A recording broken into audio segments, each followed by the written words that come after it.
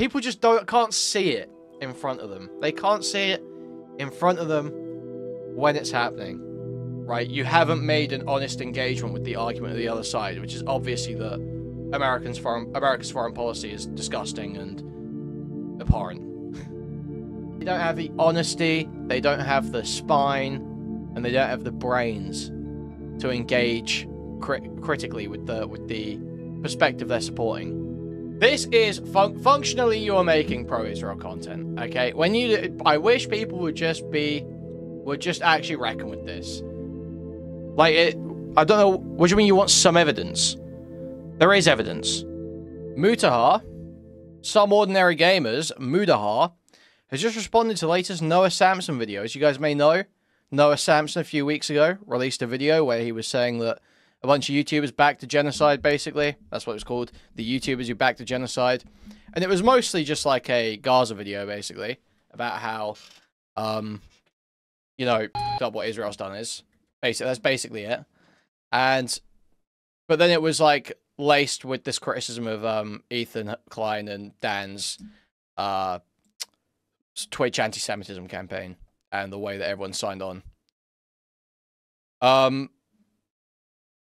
Now, everyone got really upset about this, but I think Noah Samsen had more good points than people want to admit, and I think it comes through. The reason people don't admit it is because they are total dishonest cowards, which I don't like. I don't even care about Gaza, really. You know, ultimately, you know, I'm kind of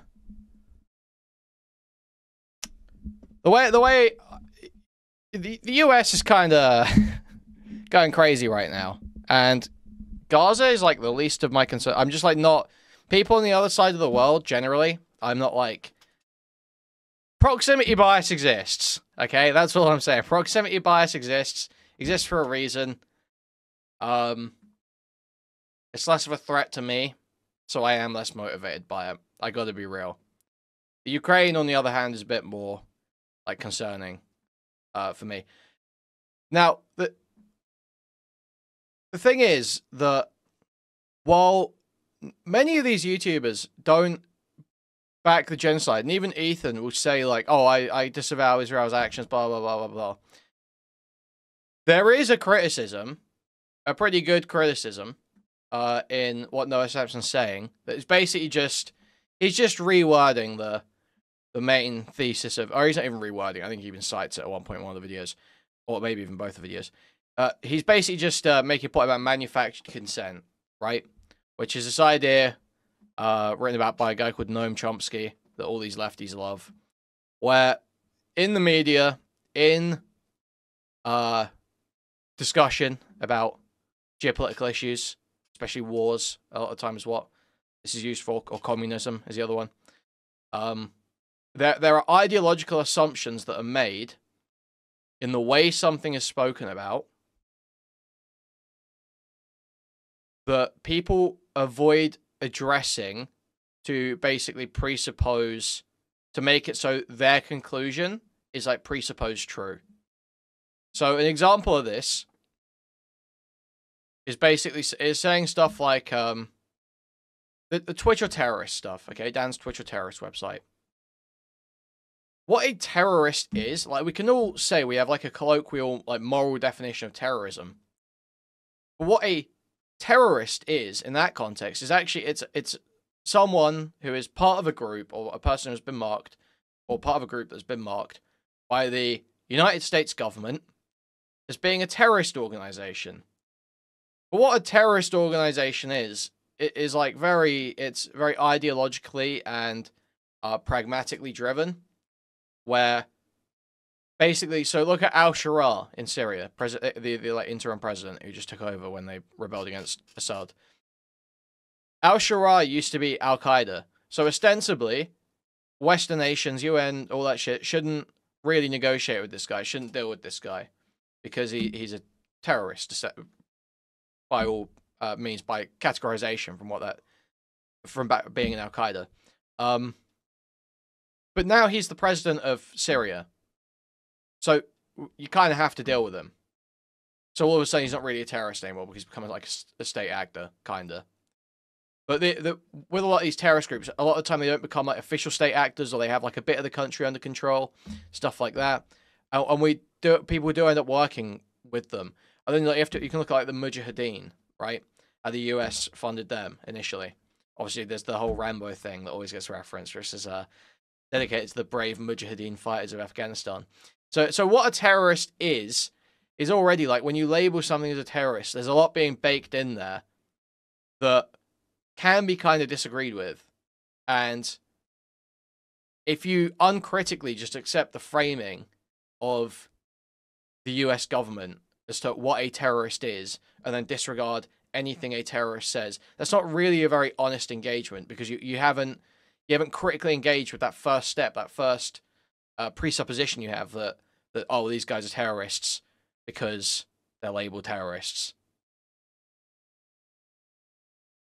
To be fair, he moved away from Al-Qaeda a few years ago. Whether that's true is another thing.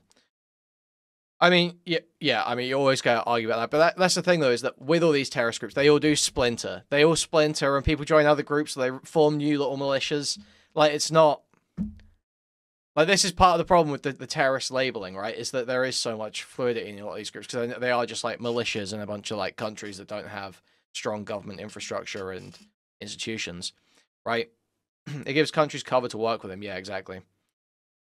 So, there are a lot of things that just these retarded slop YouTubers, like Mutahar, basically, when they make a video on Israel, because they have presupposed all these beliefs about what terrorism is, who terrorists are, which groups are terrorists, and why they're terrorists, and which statements they're making are, like, wrong, or are terroristic statements, that because of all those presuppositions, their content, when they go to make it, is essentially pro-Israel. It's like, in practice, it's pro-Israel content. That's kind of the reality. When you sit there playing the whole Twitch a terrorist game, and it's like, I don't know any terrorist quotes, so I can't come up with any specific examples. Maybe we'll go look at the Twitch terrorist game in a bit, or we'll see it when Mutahar plays it. I think one of the clips in there. I don't know any terrorist quotes. I wouldn't want to like quote terrorists and avow that sort of thing on my stream either. But there's like, you can imagine a circumstance where a terrorist says something like, violence is the language of the unheard. Classic lefty line, classic lefty slogan. And Mutahar or Destiny or, you know, or fucking Turkey Tom or whoever, or Nick Diorio is like, oh, that's so crazy. They think you can just commit violence if you're not being listened to. They think that it's okay to be a terrorist if you're just not being listened to. It's like, well, you kind of have to engage with that idea a little bit more. Like, if your home is being occupied, if your home has been taken over by a foreign enemy, and there's nothing you can do about it, you're just being, like, completely raped. I mean, what else what are you meant to do other than start fighting? Yeah, exactly. And that sentiment is the foundation of America. Like, I hate the non-engagement. I hate the non-engagement. Where there are legitimate points that these lefties have, that Noah Samsen and Hassan have, that should make you think more critically about U.S. foreign policy. Me personally, I'm totally lib-cucked, and I think that securing U.S. interests overseas and Western interests overseas is fucking based. I think that Western hegemony is freaking epic, and I would hate to live in a multipolar world. But I feel like I've critically engaged with their side of the argument on the whole multipolar thing, and, you know, thinking these countries should have more power. But then the other thing is as well that, like, and we'll get to this, Noah Samsen makes a veiled call to violence in his latest video. Now, everyone's gonna say it's really bad, but there are, like, a lot of, like, international apparatuses that aren't working right now. Like, the UN aid got blocked going into Gaza. The UN investigators got blocked. The ICC has been sanctioned by the United States to stop them pursuing Netanyahu. They basically did, like, a soft coup in Israel, or they tried to, I think it got frozen by a judge, but they basically have been doing, like, a soft coup in Israel, basically like a fascist takeover of Israel, essentially, in the last, like, few weeks. So that, like, there are democracy, in many ways, is just totally failing on this. And there is essentially a genocide happening, has been happening. And at some point, you have to engage with the idea that non-democratic actions would be taken by people who strongly believe in that cause. Because the things that we had, the world order, the liberal, rules-based, democratic world order we were trying to build, isn't playing out. It's not working right now. Thanks to the US. Again. So I have a lot of sympathy for people like Noah and Hassan who try and make these points. And while I don't fully agree with them, I think Hassan does go way too far on the terrorist stuff by my standards. I don't think Mutahar, Turkey Tom, Nick Diorio, fucking Willie Mac, whoever. I mean, Nick Diorio doesn't weigh in on the politics as much. I think Nick Diorio does like the whole, you know, he does the whole, oh, isn't this so crazy? Isn't this so crazy? But, you know, Willie Mac, on the other hand, Willie Mac like makes statements on like what is true, what's like a good political statement, all this fucking shit. So like, I have way less patience for people like that, to be honest. He does. He non-stop plays Ethan's bullshit. I'm sure he plays Ethan's bullshit, but I think he just goes, well, yeah, aren't these lefties so crazy? And someone just totally betrayed his friend. I haven't seen any of his content, so I'm imagining that's how it goes. I don't actually know. I'm totally guessing. Nick was friends with Stardust. That is a bit big. That is a strong character indictment. That is a very strong character indictment. How does your mic change sizes? Have you ever considered it might be perspective? It might be just its range and angle towards the camera. He plays it with zero pushback. I mean, yeah, but I'm not good. It's more, I care more about statements made by the people themselves. No, I actually get bigger and smaller. I actually increase and decrease in size each day. Okay, so with that in mind, Mutahar has been threatening to sue, or has started threatening to sue, Noah Samsen for his latest video, which he essentially doubled down on the idea that Mutahar is backing genocide. So, what is Mutahar saying here? Oh my god. Okay. In the last couple of weeks, a YouTuber, Noah Samsen, has uploaded a few videos labeling me as a genocide supporter in the title and thumbnail of the video. Today, me and the team sat down to watch them and could not find a single clip of me supporting the Israeli government or any of its genocidal practice. Normally, I'd not engage with this discourse, but this has affected my business and has bullied... Sorry, we need to be clear. Normally, I'd not engage with this discourse, but this has affected my business. Business. Not business, because that's B-U-S-I-N-E-S-S, but business with B-U-I-S-S-N-E-S-S. Okay? And has bleed... So, business and bleed. It's affected my business and has bleed into my personal life. As a Muslim, I have always supported my people, and I've never talked about the topic with much political knowledge. That said, you don't need to be knowledgeable to stand against the injustices by the IDF, journalists, and civilians. Have recently been killed. Okay, injustice by the IDF. Dude, he does like a comma and. You see this? IDF, comma, journalists and civilians. But that's not how you would do that. I thought that should be like a semicolon or something. Otherwise, it seems like you're listing IDF, journalists, and civilians. Right? I'm just picking apart this fucking retard's awful English in this statement. It's a legal threat that's supposedly done with the team, and it's spelt like this and written like this. Witness and bleed. IDF, journalists, and civilians. Injustice by the IDF, semicolon. Journalists and civilians have recently been killed in a wave of attacks, ending a short-lived ceasefire. That is never okay. It needs to end, and I hope in my lifetime it does. See, this is the point, right? It's like, oh, I hope one day this ends. I hope one day all those people stop getting genocided. Yet Noah's saying, no, the genocide needs to stop now. No, like, this needs to stop now. And you're saying, I hope one day it ends. I guess there's nothing you do. I hope one day it ends. It's like, it just seems like, okay, seriously, okay. I understand people hate Nazi Germany comparisons. Alright? I get it. And I understand people hate even more when it's about Israel. People hate Nazi Germany comparisons. But let's just imagine. In fact, let's drop the Nazi Germany thing. Forget I ever said Nazi Germany. Forget I ever said Nazi Germany.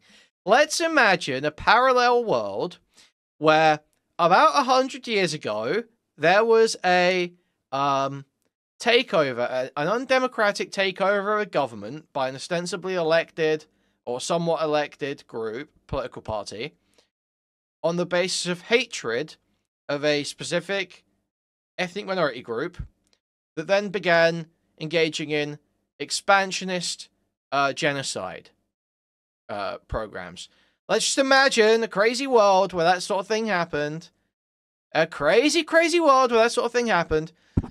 What would you think if 100 years after that happened, you were reading a history book or you were looking at documentation and you saw someone say something like, there were two people, one of them saying, we need to escalate and stop this now.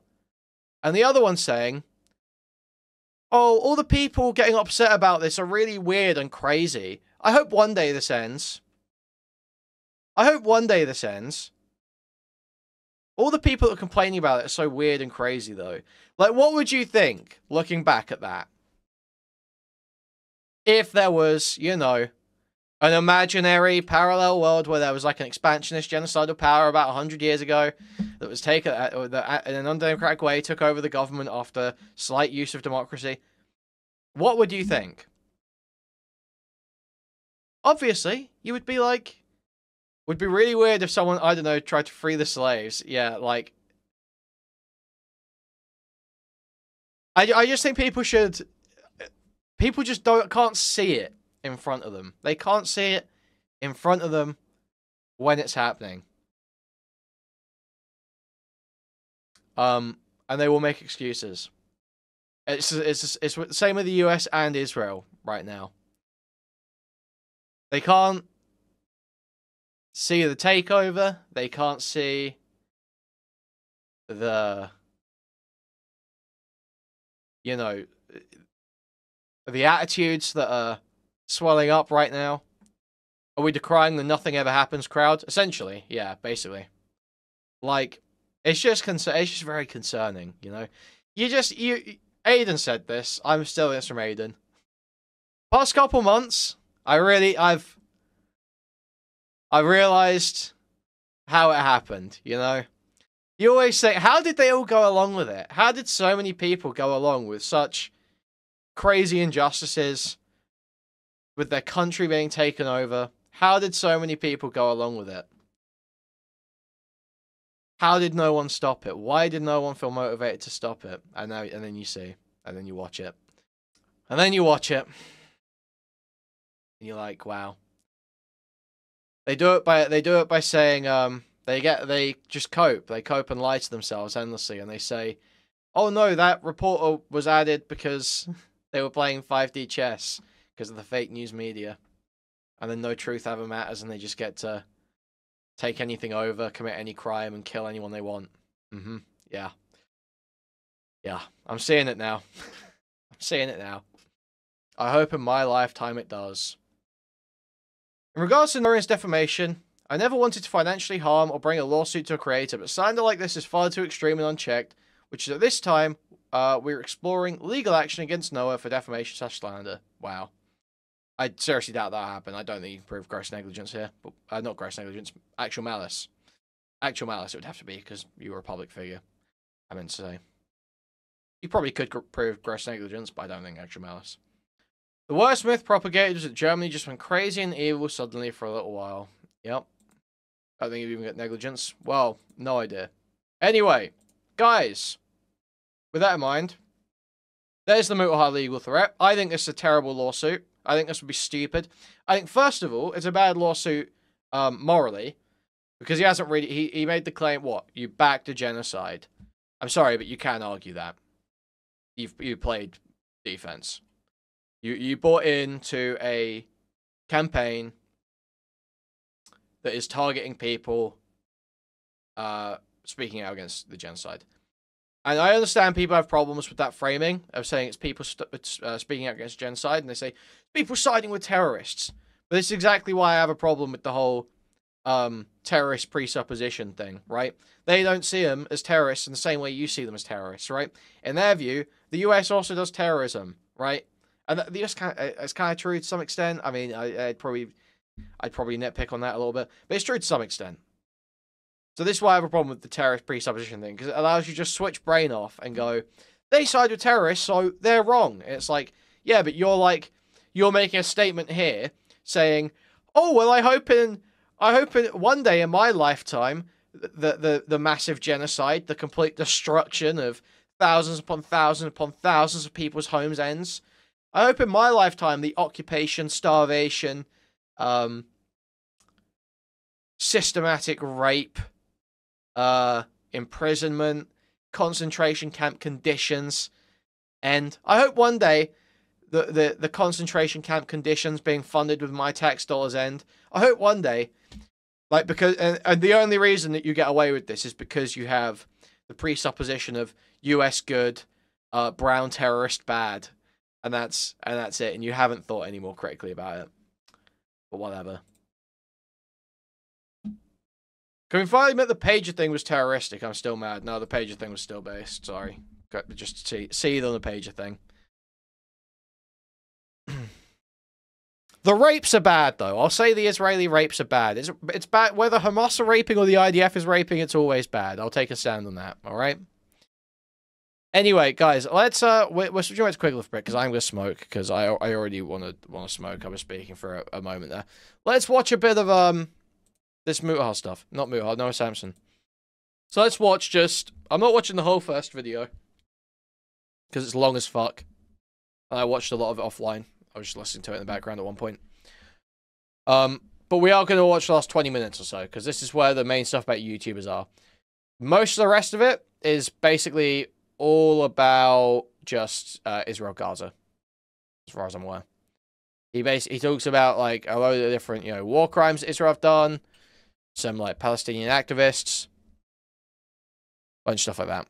Around the end of the year, when people started talking about anti-Semitism on Twitch, Dan Saltman discovered the Israel ban when he was sent the code proving the block happened. In reality, the ban also affected millions of non-Jews living in Israel and Palestinians in Palestine, as shown in the evidence he himself cites. The IP ban went into effect in both. Like all these Western liberal outlets, Ethan just takes the State Department line of thinking when it comes to terrorism, which his video is ostensibly a crusade against. Whoa, dude, I clicked this video at the perfect timestamp for what I was just talking about. I didn't even know. That's crazy. Into effect in both. Like all these Western liberal outlets, Ethan just takes the State Department line of thinking when it comes to terrorism, which his video is ostensibly a crusade against. By his own definition of terrorism, both the US and Israel are the largest terrorist organizations in the world. His focus is not on them, though, rather the groups that they consider to be terrorists, aka, the bad guys. He actually uses those exact words. He says they're the bad guys. They are a designated terrorist group we love Dan. by the US, by the EU. These guys are clearly the bad guys. The entire video is kind of a lie by omission, simply because of everything we just went over. How none of it is a factor, how none of the people viewing the video that are unfamiliar with what's happening would ever come away with his video knowing the full picture, knowing some of the very valid exactly right. So, as just like a normie, let's say you haven't engaged with any of these ideas before. You just know, oh, terrorist bad, and you watch... Ethan's video, it's like, oh, terrorist bad, and Hassan support terrorists, Hassan bad. That's like the whole game that's being played. But you kind of need to, like, it. You need to engage with basically I'll just let Hassan say it, okay? I'll let Hassan say it. Where is it? And so here we are. I'm living up to what I said about conservatives and progressives. We're having a conversation. Wait, wrong one. So you said America deserved 9/11. Did you mean that? Yeah.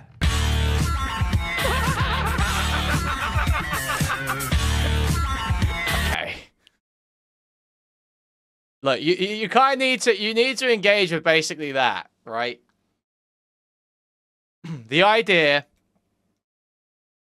that terrorist groups don't just appear. It's not that, as much as people want to think this, it's not just the case that a bunch of brown people suddenly get this wacky idea in their head that they need to destroy America because degeneracy and Muslim and hate freedom and hate the red, white, and blue, and you know, America bad. It's not just like that. That's not how terrorism comes about. It's cause and effect because of the circumstances in which they are living. It's because of the foreign policy decisions that are made.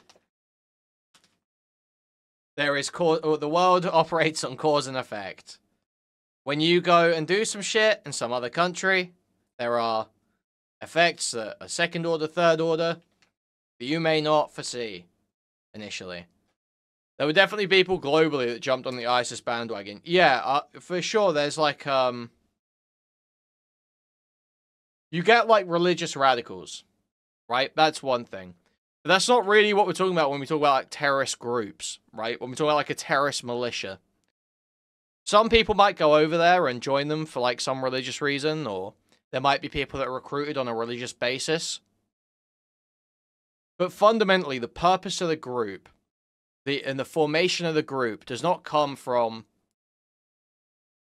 like a group of Muslims out in the sand that being so delusional that they think they can wage a holy war that will bring down America. That's not really what's happening there. And to think that is kind of retarded.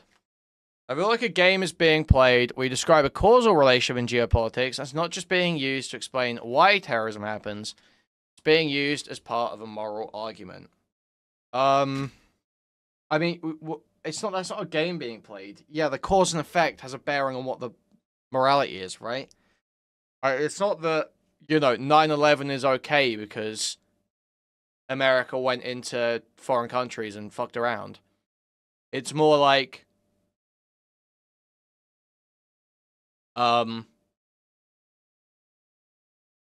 things like 9/11 should show you why it's wrong to go and fuck around in other countries.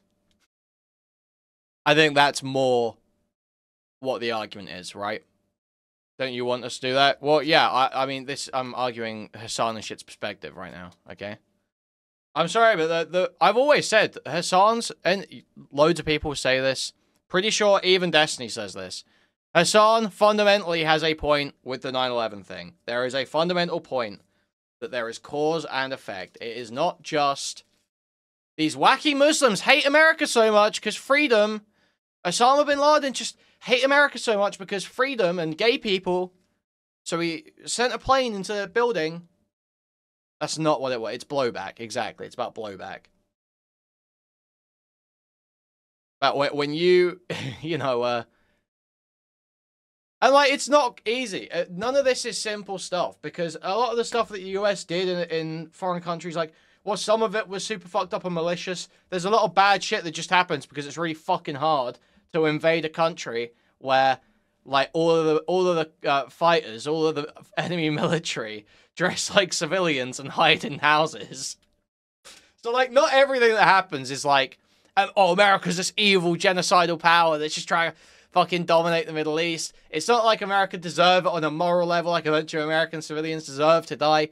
But it's like there's this complex interplay, it's complex tapestry of cause and effect where different state actors fuck around in different parts of the world, and we can trace, like, oh, this group gets funded here, and then they go and fight here for this reason, and then they move over here for this reason, and then the US designates them a terrorist organization, and now all the stuff that they've been doing for the last 30 years that we were okay with, and we were funding them to do, we all of a sudden hate. And then Ethan gets to make a video going, oh, this is a terrorist org. Like, this isn't what's happening, but you get the idea. A YouTuber gets to make a video going, this is a terrorist org, and Hassan's supporting a terrorist org.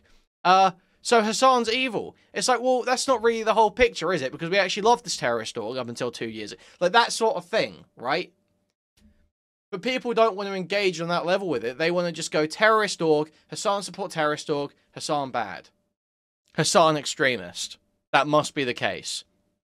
Hassan must be extremist. But if you, then it's like, So is the US government extremist? Because the US government will back these groups to go and fulfill their aims.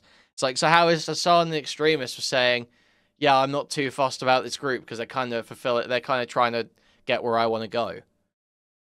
Like, there's a lot of things you should engage with, or you have to engage with if you're actually going to make a criticism.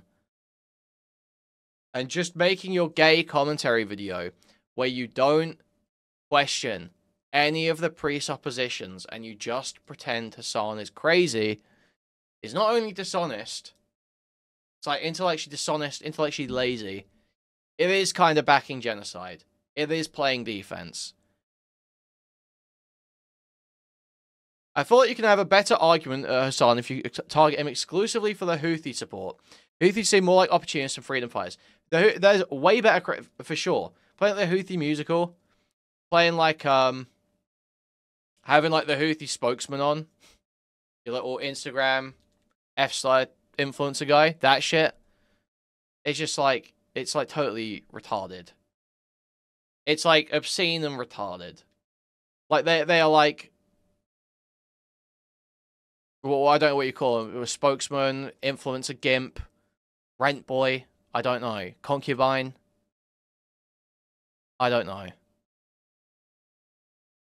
That influencer wasn't a Houthi. Come on. My understanding is that he was like heavily associated.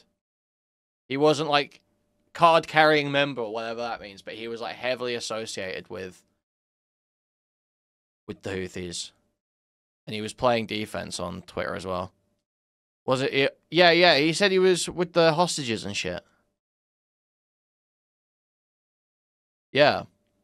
That ship is a tourist spot. What, that with the prisoners? Because he had access to the prisoners. What do you mean that's a tourist spot? He didn't, that was a TikTok. He was saying to Hassan that they were feeding whatever, the drugs or whatever to him. The weird Arabic drugs they got out there. Yeah, cat, whatever. Translation issue, he was describing the TikTok. Oh yeah, I don't trust you at all on this. I'm going to be real. Look into it, I'm right. Well, link sources, okay? Because I'm not... My understanding is that that kid was talking about going on the ship, going seeing the hostages, being around Houthis. He didn't see the hostages. Okay, listen. Link me sources, okay? Link me... It's insane cope right now. I mean, it might be, but it also might not be. Like I have sources on hand. Well, then why you then don't make firm claims? Wait, like you obviously, I don't believe that you've got this from reliable sources. I think you've just heard Hassan say this while watching a video in the background, and you've assumed it to be true. I don't believe you've. I do not believe you guys. If you've not got sources on hand, I do not believe you guys have seen good evidence.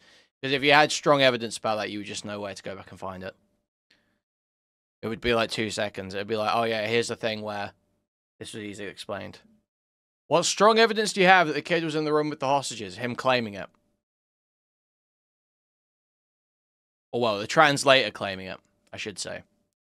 B definitely debunked it. Yeah, okay. Alright, I'll see you when you send me the stuff.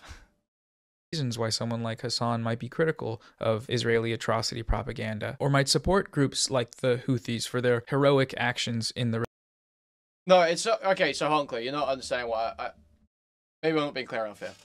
It's not that it should change, like, your analysis of 9/11 or anything.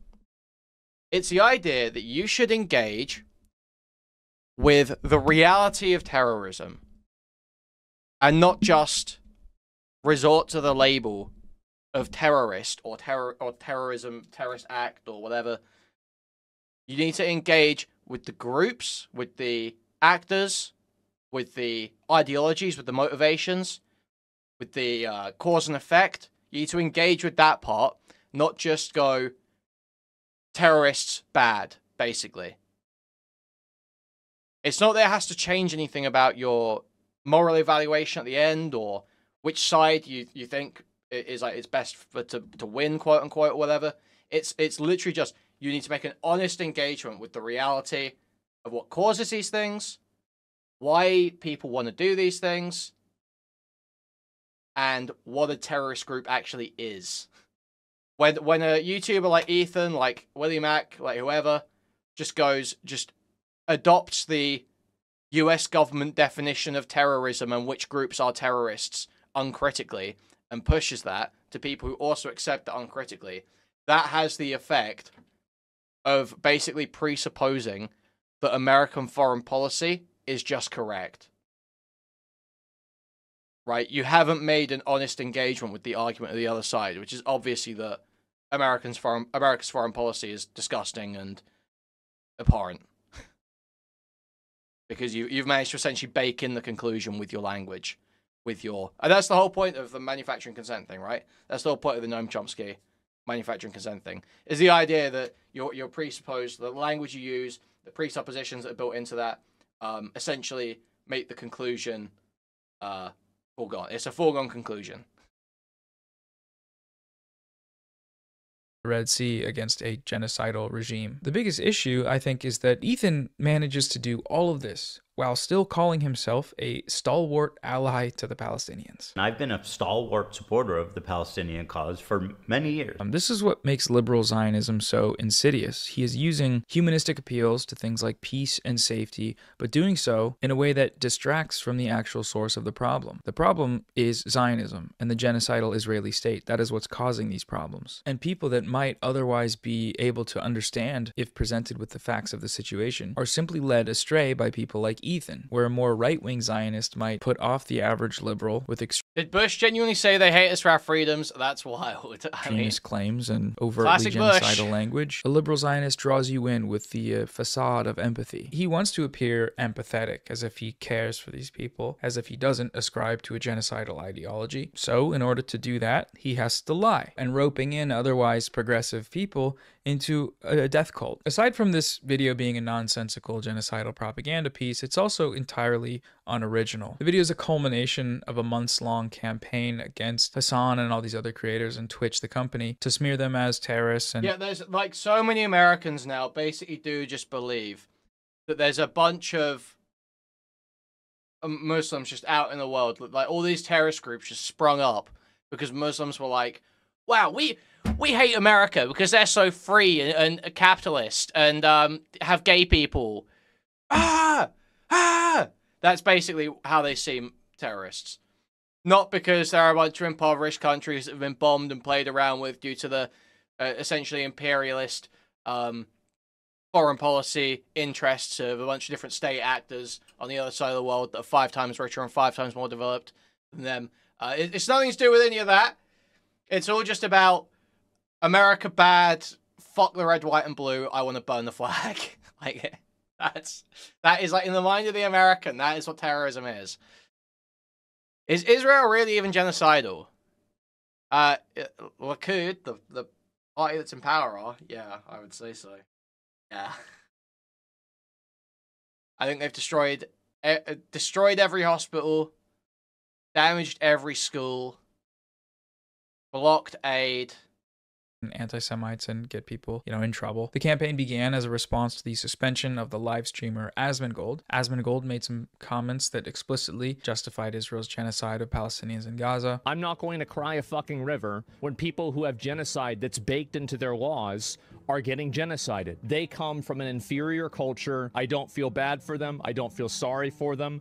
I don't care. I don't support them. Following his suspension for these comments, a community of large content creators, most notably the live streamer Destiny, along with his fan base, rushed to Asmongold's defense, whitewashing and justifying his comments. Meanwhile, Asmongold gets a 15-day ban for having a spicy take on the war. So you have someone like Asmongold who breathes the wrong direction, says the wrong thing, and instantly gets banned. In this situation, one could, if they were to extend the charitability, could say that Asmongold was probably referring to extremists in the Islamic religion. Extremists in the Islamic religion. The case of Asmongold's suspension from Twitch was then weaponized against these pro-Palestine voices, most notably Hassan, in an effort to get him deplatformed. To do this, they compiled a number of short clips taken from Hassan's live. I think anyone playing against the genocide angle is probably dumb at this point. I think from all the stuff I've seen, okay, and I'm not crazy well read on this. I do not spend a whole bunch of time reading about Israel-Palestine stuff, okay?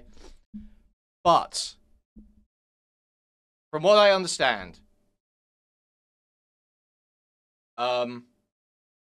Basically every...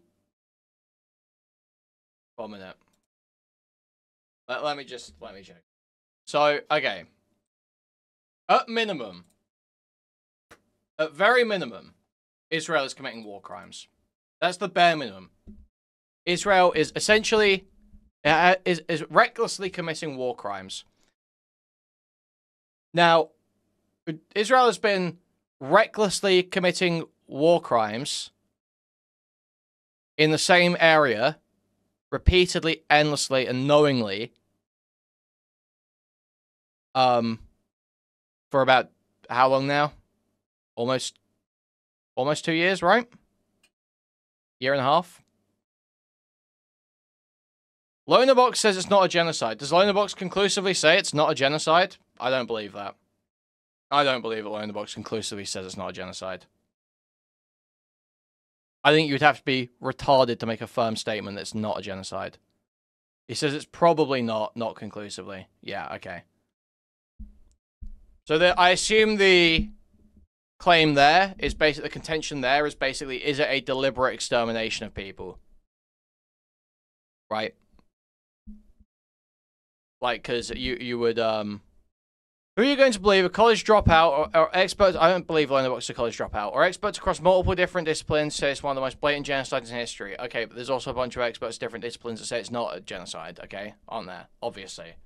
It's like retarded, most retarded thing in the world. Or who are you going to believe? The dropout or all these experts? It's like, well, what are the arguments? Tell me the arguments. What's the evidence? That's what, repeal to that. I don't believe there's a consensus on it being a genocide. I don't believe that. Is there a consensus on Israel Has committing Hamas considered genocide? releasing the hostages? Smirking face emoji, cool face emoji. Yeah, I'm not seeing it. Where's this? Where's the idea that this is an act, or that this is a consensus? Where are you getting that from? Literally, I've not seen a single thing saying it's a consensus. The consensus exists. No, you're just wrong. Why are you're just like totally wrong. The ICC has not concluded that it's a genocide, retard. What are you talking about? People saying so much stupid shit. I know this Chris Perez guy is a Rory Stewart hater, so you know he's dumb as hell. The ICC, my understanding, South Africa is bringing a genocide case against Israel in the ICJ. The ICC, I do not believe they've ruled it's a genocide. ICC, Israel. Yeah, I don't. They've just asked Netanyahu to appear. Or, yeah, before the court. Yeah, so what are you talking about? Stop saying such retarded shit, dude. There is not a consensus that it's a genocide. International bodies have not ruled it a genocide. I don't know why people keep saying so much retarded shit. There is not consensus. It's not every expert. Lots of experts disagree. And international bodies have not ruled it a genocide. You're just wrong. And again, I say this as someone who thinks the international bodies are totally failing to hold Israel accountable right now. But they simply have not ruled it a genocide. It's just not the case.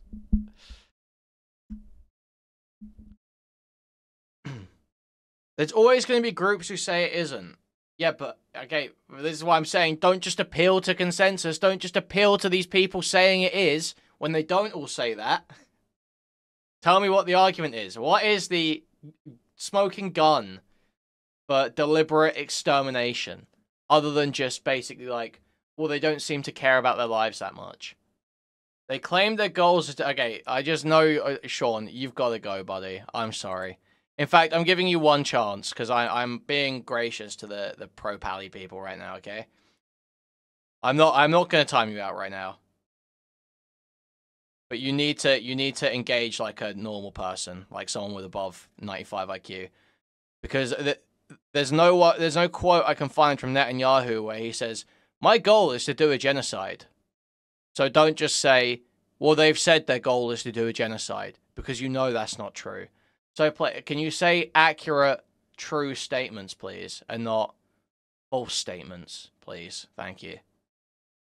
live streams, using them to accuse Hassan of things like supporting and promoting terrorism, allegedly denying October 7th sexual violence. It's a David Irving argument. It's not a David Irving argument at all. If someone says the Nazis made official orders that were really explicit about genociding Jews, obviously the response is, well, yeah, that's not quite true. It wasn't quite like that.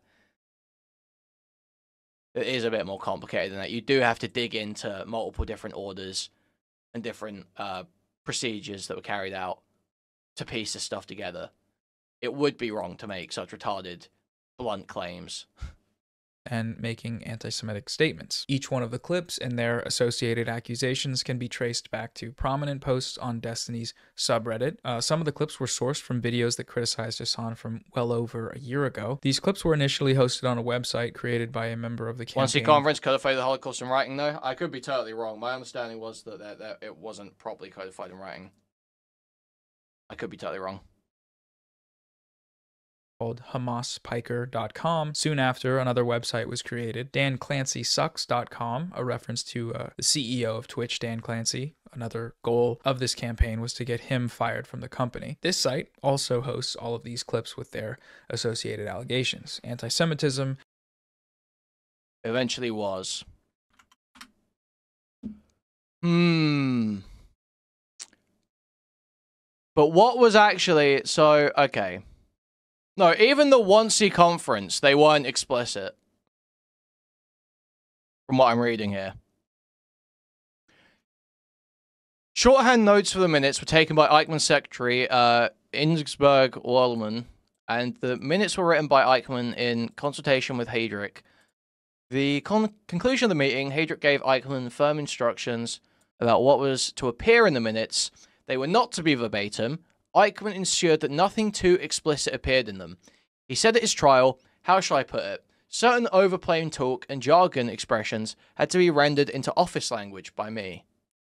So even in the Wannsee conference, it wasn't explicit, right? I think. Or like the actual... The documents that they made weren't explicit. They were explicit in the meeting, allegedly. Or, well, that's what they said in trial. But they... The notes and stuff put down on paper was kept euphemistic, I think. Yo! Loner Box raid. Bad news! Unfortunately, we're being pro-Palestine today, okay? Bad news.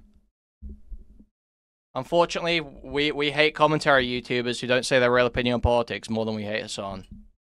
There's a private auto that Himmler did with his own so where he admitted expulsion meant extermination. Okay. But this is kind of my point, right? Is it's not, when someone like Sean comes into chat and says, it must be genocide, they say it's genocide. And then you say I'm making a David Irving argument because I'm saying, well, I don't think it's that explicit. I don't think they're ever that explicit with it. I don't think even the Nazis were that explicit with it. You say I'm making a David Irving argument. That's not true, is it? That's not true at all. Terrorist promotion, and rape denial. Eventually, several major YouTubers in the usually apolitical commentary sphere made videos that signal boosted these allegations to millions of viewers. Most of these videos used the same clips, many of them directly citing this smear campaign's website. There's a website known as DanClancySucks.com. Or there's also a website that's been created called DanClancySucks.com that goes over it all. Another website, Advertise on Twitch, shows a collection of ads playing before the dishonestly framed clips we've looked at, and the contact information of the companies is provided. It auto-loads a preset email with just one click, allowing participants in the campaign to mass spam these companies with the related smears. There were several motivations behind this campaign. There were direct material incentives. On YouTube for the past few years, there's a big industry that's exploded in popularity, and it's based on a simple concept. Hassan Piker is bad, and he's dumb, and bad and a terrorist, probably. We can call this the Hassanabi Dunk Video Industrial Complex. It's common for YouTubers during low view months to join in on the fun and make these types of videos, taking short clips from Hassan's thousands. Just say Israel and Palestine are both gay and take your enlightened centrism W. No. Because I think it's more complicated than that. I think Israel and the US together are just, I fucking hate these countries right now. I fucking hate the administrations. And they're like totally raping everything that I believe in, okay? As a generally pretty centrist guy, I think, personally.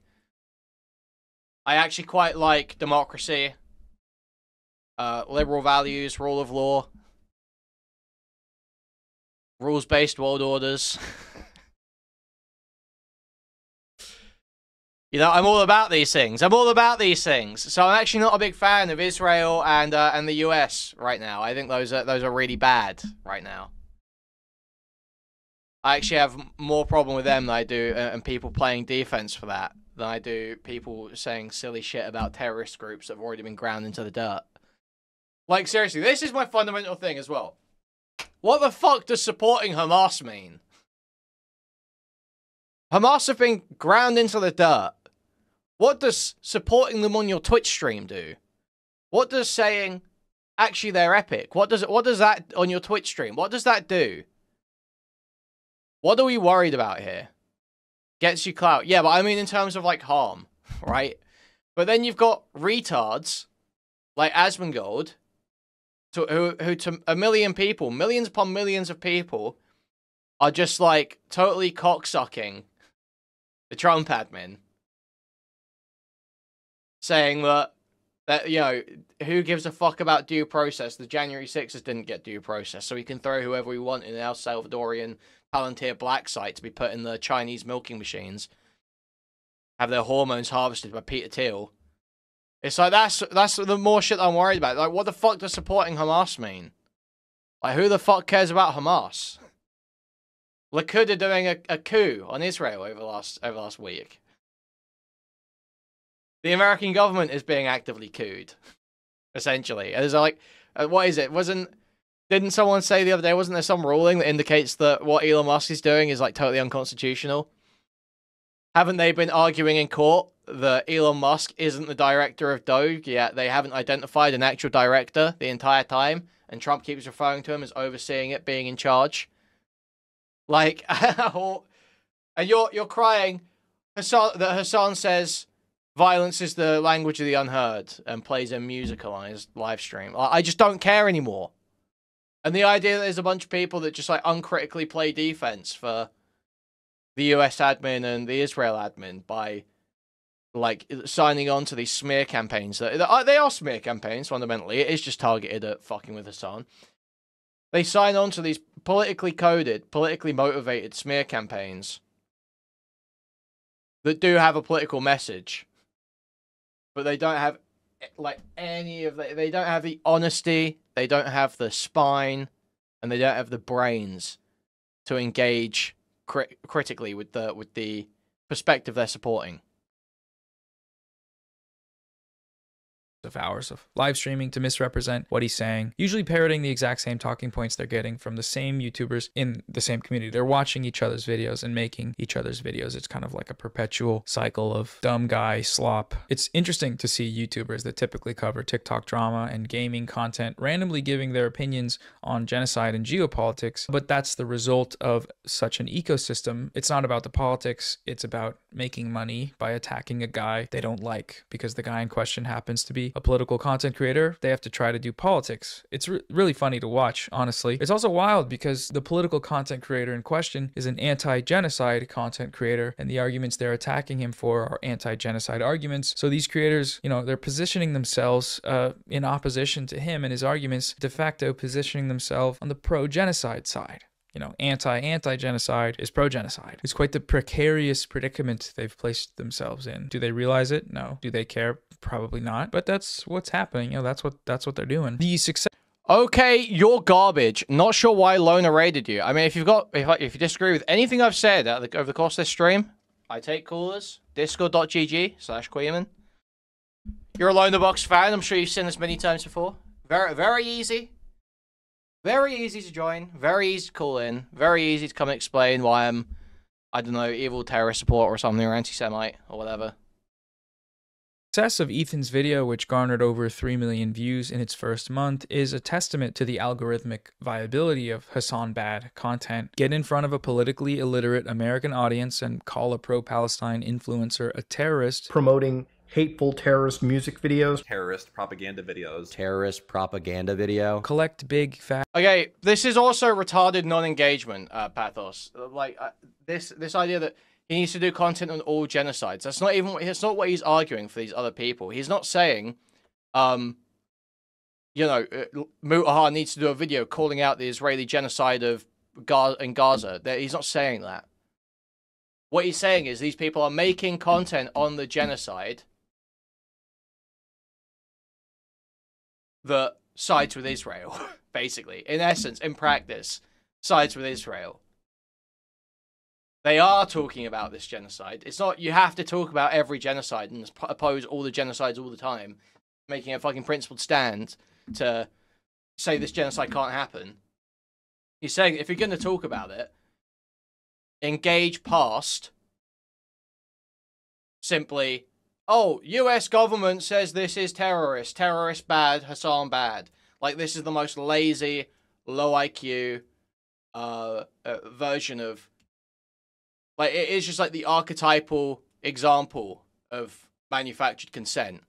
When you just, no, you're talking about Noah Samsen. But it's on the basis of Noah Samsen's criticisms of these other people. You're saying, well, why isn't he speaking about the other genocides? It's like, well, he doesn't have to. That's not the point of the criticism.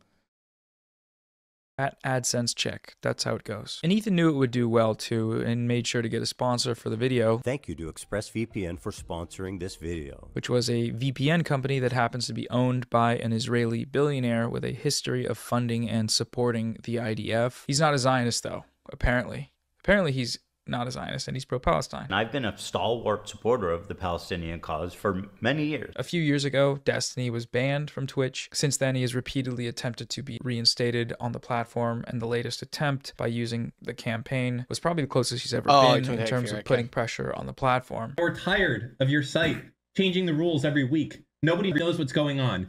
Get your shit together. What's BS? And run this back.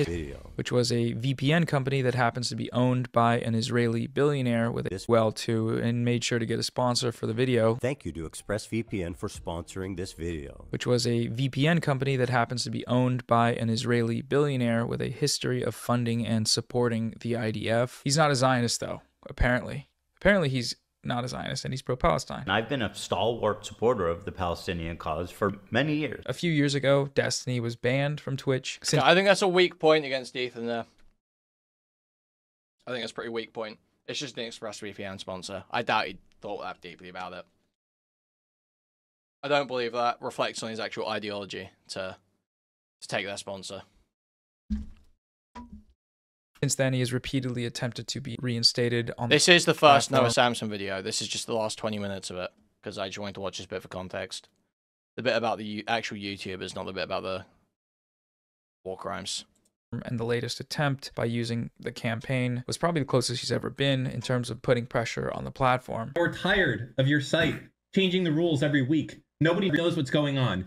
Get your shit together, unban Destiny, and fucking make a site that people actually want to go to. Dedicated the last like 2 weeks of my life basically to Steve's cause. You're talking about the Twitch thing? Yeah, destroying Twitch. Some of the motivations for the campaign are political in nature, though, obviously. You know, Hassan Piker is one of the most prominent pro-Palestine voices on YouTube, and this campaign has been orchestrated by Zionists. Still no disavowal? No, there's no disavowal. I like Dan because he tells you who he is, okay? That's what I like about Dan. And I will never stop liking about Dan. And you will never make me disavow him. Campaign, HamasPiker.com, doubled as a donation page for a prominent Zionist organization. Since learning about the existence of Israel on October 7th of 2023, Destiny has positioned himself as its #1 cheerleader, showing up to debates to defend the genocidal apartheid state using Zionist talking points and denying that a genocide is taking place. On the Lex Friedman Israel-Palestine debate, Destiny justified Israel's slaughter of 4 Palestinian children in the Gaza beach bombings using talking points plucked directly from IDF spokespeople. Those kids weren't just on the beach as is often stated in articles. Those kids were literally coming out of a previously identified Hamas compound that they had operated from. They literally did. You could Google it. You could Google it. With all due respect, You're such a... Okay, is Noah actually going to contest the point that Destiny's making here? Because I've always heard people bitch about this point, but I've never heard anyone actually debunk what he was saying. fantastic moron. It's terrifying. I left Finkelstein's iconic response in there because he is 100% correct. The events of that day were witnessed by dozens of journalists. There is no real dispute as to what happened, except from, of course, the party that slaughtered the children, which is Israel, and in turn, its propagandists, like Destiny. It doesn't matter if there's a video. It doesn't prove a point. It's fine, whatever. Boys, cousins playing on the beach. Now we're running for their lives. Until seconds later, another shell hit. Israel claimed it was firing on Hamas militants at the port, but the dead were 4 young boys. He's also explicitly called for the genocide of Palestine. So, like, yeah, you can show this video all you want. This doesn't actually prove anything about the strike. It literally doesn't prove anything about the strike at all. Like, I understand people want to get super upset about clips of people dying, but when you're actually trying to figure out what happened, whether it was the intentional killing of children, or if they had intelligence about a location that had only a certain amount of, like, visibility or whatever, and had to take a shot, had to make a decision about taking a shot, like, this is a lot more complicated than you just going, well, here's a video where people die, so that's really bad. Like, it's a lot more complicated. Yes. Honestly, I'm pro-genocide. Like, it sounds really shitty, but, like, I think that Israel should just drop its fucking borders about where it is now, and basically... Are you seriously talking about Kathy Doyle? Thank you for outing yourself as 25 IQ on this topic. So you are... Pro-Pally people are getting grace here. They're getting grace here. Okay? We're not timing out just yet. People are making repeated stupid comments are going to be timed out. It doesn't matter, even if you're talking about Destiny. Even Destiny is making this point. He's making the same point I'm making in that clip we just watched. Just because Israel have killed kids intentionally and do rape people in prisons or whatever, doesn't mean you can point at any specific instance of death or pain or suffering or whatever and say it was intentionally inflicted for the sole purpose of inflicting suffering and pain. You have to, for an individual instance, prove that individual instance. If it is the case that a shot was taken on a beach at a Hamas compound that had people leaving, that was seen from afar by soldiers who had intel about that place already, if that is the case in that specific situation, then you have to hold to that in that specific situation. Argue about some other situation where they killed kids if they're killing kids all the time.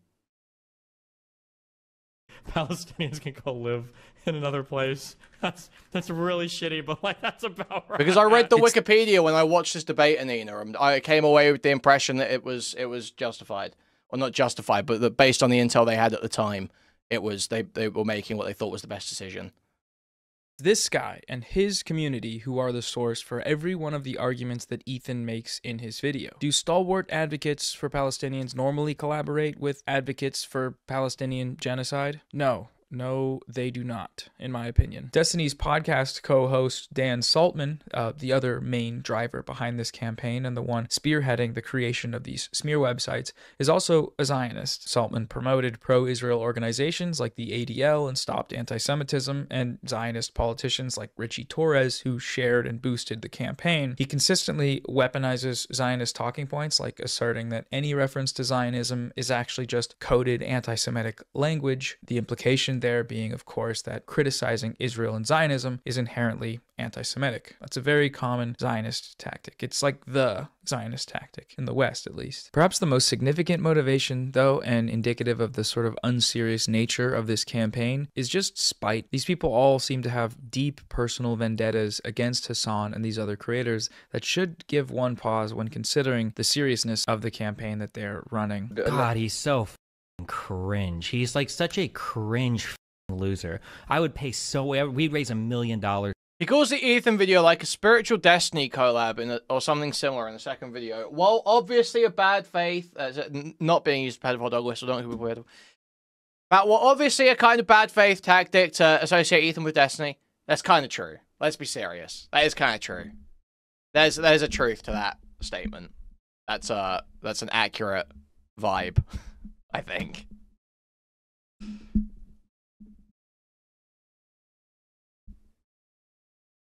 To send this to go fight in Yemen, and then all of us would volunteer for the Navy. Holy shit, he's such a cringe. Destiny has, for almost 5 years, just obsessively talked about Hassan on his channel. He's made video after video about him. The frequency of these videos increased after Destiny was banned from Twitch. In the span of time since then, he has uploaded almost 80 videos about Hassan out of a total of like 450 videos. So that's at least 1/5 of his working life spent talking about Hassan. In contrast, in the same span of time, Hassan has uploaded over 1,200 videos, and he's talked about Destiny a total of 5 times.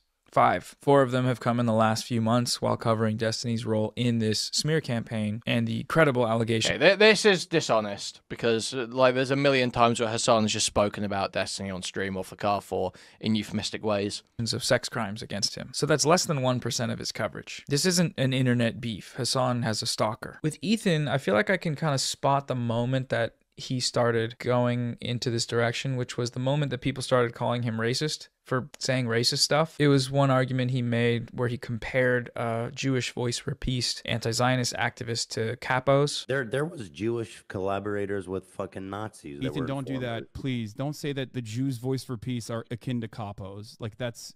I'm telling you that the mere existence of Jewish voices it's not a leg to stand on. I don't understand that. The chat started calling him a Zionist freak because that's a Zionist freak thing to say. And then since then, he's sort of constructed an entire mind prison around the idea that he's... Either IDF is the most clumsy military in the world or something's up. Okay, dude, like, it's not that simple.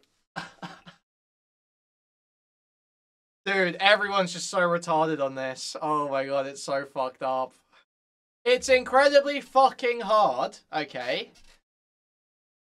When you have a small country, so it's like a few cities. I don't know how big Gaza is really. Like, it's like a little country. It's like a little country, a few cities, whatever you want to call it. Like, you know, little area where the pseudo government is also the military that is fully embedded in the civilian population to the point where many of the homes, schools, places like this have entranceways to tunnels that are used for transporting military personnel and equipment around this area.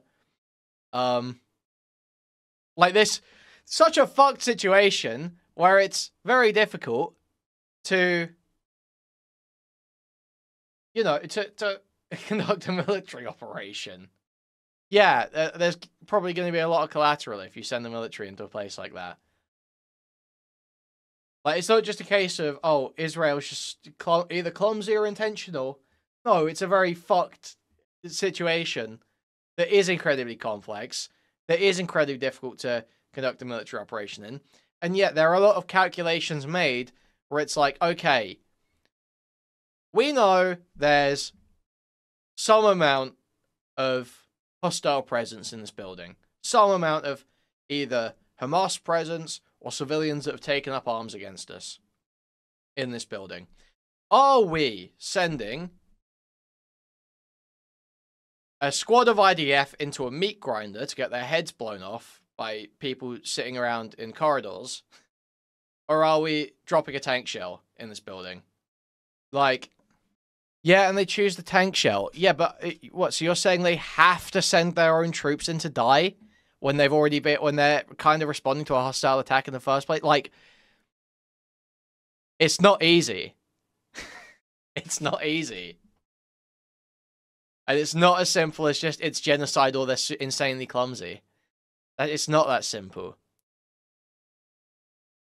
But again, this is the problem, is that neither side wants to engage with the complexities of the other side's situation. He's not racist, and anyone calling him racist is actually the real racists. Because Hassan's community is politically oriented and is able to spot the racist rhetoric in question, that means they're all extremists, and Hassan is leading them, so he's an extremist. And that Hassan and them are all the problem, and that he's a perfect angel. Which is the direction he's taken, it seems like. My only crime is wanting a two-state solution instead of one, and thinking it's not okay. Again, it's just total retardation. Again, from the Pally people in chat again. Weird how every human rights organization says they're targeting civilians. Really, every human rights organization says that. Every single one. So if I Google it, I can't find a single human rights organization that says Israel aren't targeting civilians. That's what you're saying. You're saying all of them say it. Again, Chris Perez, yes, I agree with you. I agree with you. There are experts, and I am very pliable to the argument that this is genocide. But why do we have to over-egg it? That's fine to say. Amnesty International and Human Rights Watch have strong condemnation for this. Yes, that's absolutely fine. Saying every human rights organization says this is a genocide is absurd. That's not true. That's not true. So why over-egg it?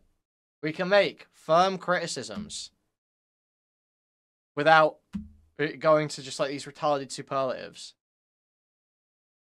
Hey, to kill Israeli civilians. That's it. That's why they're calling me a Nazi Zionist. And now he's just totally gone off the rails. He spends most of his time cowering in fear behind Instagram stories that people can't respond to. Every single one of the uploads on his personal YouTube channel. I wouldn't make a statement on that, Jockey. I don't know. I truly don't know. Because that's it's not just as simple as like civilian death to combatant ratios. Again, you have to look at the specific operations. Gaza and Ukraine are geographically and what would you say? How would you describe like the layout of like a city or something? Is that still geography? I don't know. Geographically and structurally, very different countries. Yeah, Ukraine is one of these big old European countries, urbanistically. I don't think that's a word, but yeah, sure, that's what I'm trying to say, basically. They are very different countries. And my understanding is that, well, you can say all these horrible things about Israel, and how they're inexperienced young soldiers that only look out for themselves and don't really care about civilian deaths. The Russian army is conscripts they've dragged off the street, starving North Koreans that have been thrown out of a plane. Prisoners. Yeah, like, I don't exactly expect... I don't feel like the situation on the ground is much better there. Personally. I wouldn't assume it to be. In the last number of months have been targeted towards Hassan. He spent most of his live podcast talking about Hassan and calling him a terrorist and whatnot. What is this? Bro, I have not seen a single one of his fucking Instagram stories. I didn't know he was posting about me this much. Oh my God. Every day? Every single day?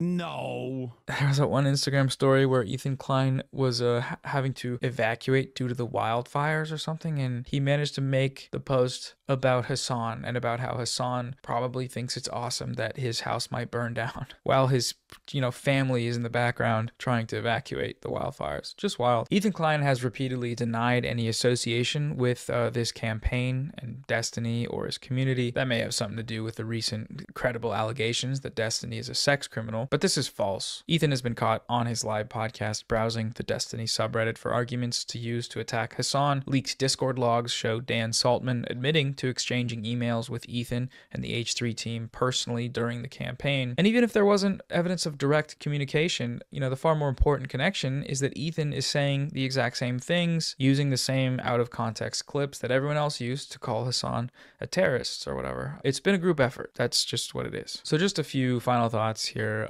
Zionism is Nazism. It's an ethnic supremacist, expansionist, colonial ideology. You can't have Zionism. You are so wrong on this. It's insane. I know you don't think that, Aiden. I know you don't think that. And ethnic cleansing. That's the end goal of the project. It's what it is. Palestinians are there, and for the Zionist project to be complete, they have to go. Starve them out, bomb them, destroy everything they need to live. Those are the methods. Those are what they're employing as we speak. And like Nazism, Zionism cannot be defeated through reform or debate. It must be destroyed from the outside through efforts made by the Palestinian people, the Palestinian resistance, and coalitions of allies. As history has shown, the downfall of these kinds of racist ideologies is possible, but Zionists cannot be a part of this process. They're Zionists. They uphold... I actually don't even know what your take is, but I haven't heard you talk in 5 minutes. Dude, you cannot play that today. We have been on a 20-minute segment of a video for over an hour. Zionism by spreading Zionist propaganda and spending all their time and effort attacking anti-Zionists, even as those anti-Zionists are actively fighting against a genocide that Zionism is the ideological pretext for. In the case of liberal Zionists like Ethan Klein, using his weird personal Zionist crash out as a jumping off point to educate people about the ideology that he adheres to is a great... the argument from Noah is retarded. He wants Israel completely destroyed in its entirety, but Germany still exists today. Has he said he wants Israel destroyed in its entirety? I haven't heard him argue that. I haven't heard him argue that in this so far. Noah is a one-stater. People think one integrated state is the destruction of Israel. See, that's like another thing that's like a retarded presupposition, right? It's like, I agree that, yeah, I have a lot of sympathy for basically the idea that, you know, Israelis are gonna get totally raped if they just make it a big integrated state and all that.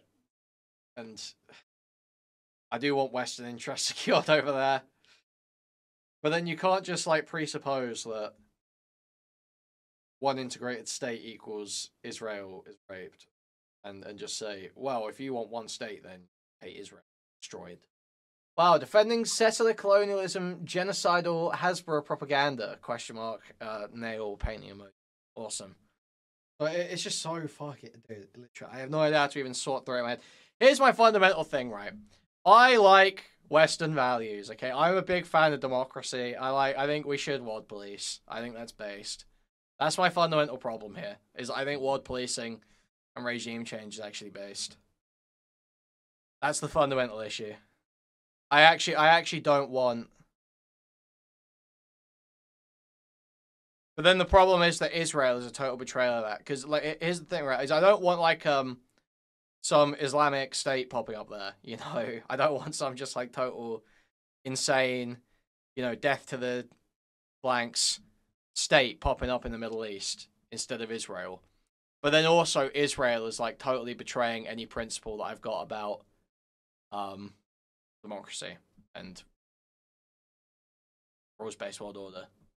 Sad that you're witnessing the decline of US hegemony. I'm fine with decline of US hegemony. Europe is going to lead the way. Keep seething. Multipolar F-slurs can keep seething. No, not China #1. Not happening. Europe ain't gonna do shit, bro. You're totally wrong. Totally wrong. Totally wrong. China will not be #1. Most of China are still fucking subsistence farming, okay? They pick fucking rice out of the dirt to eat every morning. That's like most of China right now, okay? I understand the cities look awesome. I understand you really like the epic drone videos on Twitter. But most of them are literally picking seeds out of the dirt to eat for breakfast, okay? Sticks and stones. It's like, what you know about eating spiders and worms with sticks? What? So yeah, I still believe in Western hegemony. Okay, I still believe. Yeah, nice typo, Aiden. You lost. Great use of time, I think. And Bad Empanada has done a fantastic job with that. His videos have reached pretty wide audiences and exposed them to the reality. And I mean, I think when I say Western hegemony, I think Western hegemony is just necessary for achieving, yeah, like democratic hegemony. Okay, I thought in my head, right? This is what I always think. Okay, the end goal is like the world UN. You know, that's like the end goal, where we have like the world UN, where every country is all democratic, and we all come to like some big assembly. We have like delegates to go to some big assembly. They all go like the Star Wars Senate, you know. Like when Palpatine's in the middle, but like without all the evil democratic subversion. That's like the end goal, right? That's like the ultimate end goal. And I feel like to get there, you kind of have to have... You can't have China be the dominant power. You can't have Russia be the dominant power. You can't have multipolarism. All those countries are like that. You can't have... You have to have Western hegemony. We have to just dominate the world and make it like that. Would you be against the return of the Empire at this point? No. I want a warlord government. We get it, bro. You're Jewish. We know this already. It's not about having a one world government. Obviously, every country would have its government. It's about having like an EU, you know. Like everyone's just like, everyone's chill. There's, you know, a central body to stop people doing like crazy human rights abuses and fucking slavery and all this shit. Like that's just where you want to move towards. You want to people collaborate, countries collaborate to build up a whole that is greater than the sum of its parts. But then there's like a bunch of gay retards who all of a sudden think that multipolarity is based for some reason. Actually, we should have it so, you know, there are actually like total human rights abusing insane countries, and they should have more power. It's like, why? Why do you want that? Or like America wants to just go out on its own. It's like, to what end? Is the point of getting like insanely rich not to just like eventually exact your idea? Like, surely once your needs are met, the goal then, which, I mean, you know, Americans' needs aren't fully met, but that's not an issue of like spending too much money in foreign places. It's not the problem with America. But once your needs are met, the goal from there is exact your ideals on other people, right? Surely. This Kuihman guy is going to be like SJW crying when Trump won in 2016. He's so owned. What are you reminding? He's having cope, thinking that conservatives ain't winning the next Brit election. That's not happening. That's not happening. That ain't happening. People just don't understand Britain. It's okay. People don't understand it. People think that for some reason we're going to just succumb to reform or conservatives, and they're not just going to tear each other apart over the course of the next few years. No, you're owned. Anyway, we need to get through the end of this video and get on to the next one. History of the genocidal Zionist project. That's a really good thing. That's a really important thing that he's doing, and I think many debate of you Jeffrey Sachs on multipolarity. I have no idea who Jeffrey Sachs is, nor would I if it's some kind of fucking really educated person on this. I wouldn't take a debate with someone like that. I would just be like, hey, can I ask you what you think about this, and can you tell me what to read to change my opinion? I'll give it a go. Because it's retarded to try and debate someone that just is way more educated on something than you. And cameras and TikTok. So go ahead, start posting about it, spread the word. Aside from being a morally good thing to do, it's also becoming sustainable. You know, it's algorithm. Wait, there's a debater in callers. Wait, Rao and Kalora Vetler and hello. What's good, Quee? How's it going? Oh yeah, it's going good. Listen, I wanted to talk to you about something you said at the beginning of the stream. What's that? Really irked me. You said it several times. You said you supported the Western hegemony. Yeah. And the other thing you said is that you think Ukraine is much, much, much, much more significant based on geography alone. But I think that's poor argument. No. I said, so I think what you're referring to is I said that proximity bias exists, and I just kind of accept it. And what I'm saying there is I'm closer to Ukraine, and if Ukraine gets invaded and Russia, go further in Europe, or there's a standard set in Europe that you can just invade neighboring countries or attack people, like allies of the EU or whatever, then that's a problem for me. That's what I'm saying. Okay, but what about refugees? They're annoying. Yeah, but consider this: the war in Gaza right now. It's never just been about Gaza. Netanyahu's been using it as an opportunity to expand his power. We could say this, and I mean he's used it to project Israeli forces in Lebanon, Syria. There's talks of a Druze buffer state. I mean, that's pretty major, especially considering Syria just got out of a So what, you're saying that I would be affected by the refugees if Israel kept doing shit in that area? I'm saying it should be considered, yeah.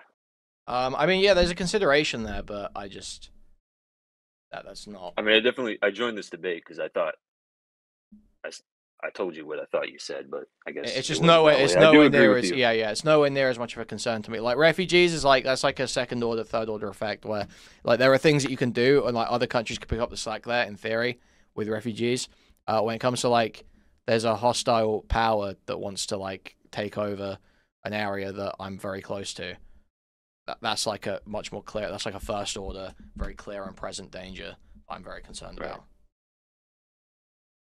So do you think Britain should stick with the EU and not do its historical thing where it just ignores the continent? Yeah, I like the EU. All right, shit. But I thought you said you wanted the British Empire to come back. What was that about? Yeah, I'd like us to. We should take back India. Are you a Kanzuk fan? What, the Kanskaks? Yeah, Kanskuk. Are you a Kanskuk fan? I think we should get them again. I think we should take the whole Commonwealth back, to be honest. Just like take it on direct control. A little imperial thing. I appreciate that. Okay. All right, thanks, man. Appreciate it. Catch you later. Have a good one. See ya. Wow. Okay, back to the economically viable. The Ethan Klein CRASHOUT industrial complex is booming, and we can harness it as a propaganda machine to expose Zionism for the genocidal ideology that it is. You may have the feeling, as I often have, that the history... Well, obviously I don't genuinely... There's no chance of the British Empire actually coming back. Obviously, if you think that that is a total delusional cove. Books will look back upon these times and those who supported the Gaza genocide with shame and horror. The only problem with that is that these people feel no shame. They're here to make... We learned. Western democracies learned. You don't take countries by force. You slowly, economically, and culturally dominate them over time. Money, and to convince themselves that they aren't evil. And the way they do that is by lying, by spreading liberal Zionist propaganda. It's profitable, and it's easy, and it's acceptable. You're allowed to say that you think all Palestinians should die. I'm pro-genocide. And still get invited to Jubilee as the resident liberal. You're allowed to do it and run your quirky, epic, silly podcast and make hundreds of thousands of dollars doing that because the Western media ecosystem encourages it. There will be no justice for the Palestinian people if all we do is watch content about what's happening. Consumption is not politics. There will be no justice for the victims of this genocide unless we all actively fight for it. From the position that most of the viewers of this video have, that's by using the resources and time to continue to speak out, preserve the record of what's actually happened in Gaza, name the perpetrators, and highlight and boost the voices that understand these facts more than anyone in the world. That is, the Palestinian people. Don't stop sharing their stories or contributing to direct aid. I'll leave a document below with some Palestinian voices and outlets that you should follow and campaigns to contribute to. In If I Must Die, Rifat El-Arir tells the story of Yasser Ashur, a young Palestinian survivor of Operation Cast Lead, Israel's late 2008 onslaught in Gaza. During Cast Lead, Israel bombed a UN school, which was also designated a safe zone, killing 44 civilians. Ashur was 14 at the time of the attack, and Israel killed 5 of his classmates and friends. Ever since the massacre, Ashur has tried to honor the memories of his classmates by exposing Israeli crimes. I run a few Twitter accounts with tens of thousands of followers. He said, "The battle for justice for Palestine over social media is crucial, and we have to win it. We don't have Israel's billions, but we have the power of the truth." And that's what we have. We have the truth. October 7th blew the lid off the genocidal Israeli project. October 7th is the reason you're here watching this video today. Israel's response to it has radicalized a generation of people. The thing is, that I prefer Noah's sappiness and firm ideology and like genuine expression of like, you know, anger and empathy to the comment, as much as I may disagree with some of it, to the commentary retard, nothing ever happens, sociopath, low IQ sociopath, like not even cool sociopath like Patrick Bateman or something, but like low IQ, I mean Patrick Bateman's a psychopath, that's kind of in the title, but anyway, you know what I mean, like the low IQ sociopath where it's just like a retarded criminal who can't engage with the topic, you know, who's just like farming money because they're a low IQ retard who can't think of doing anything better than just signing on to the latest Hassan smear campaign. Like I absolutely prefer Noah Samsen to that. Totally prefer Noah Samsen to that.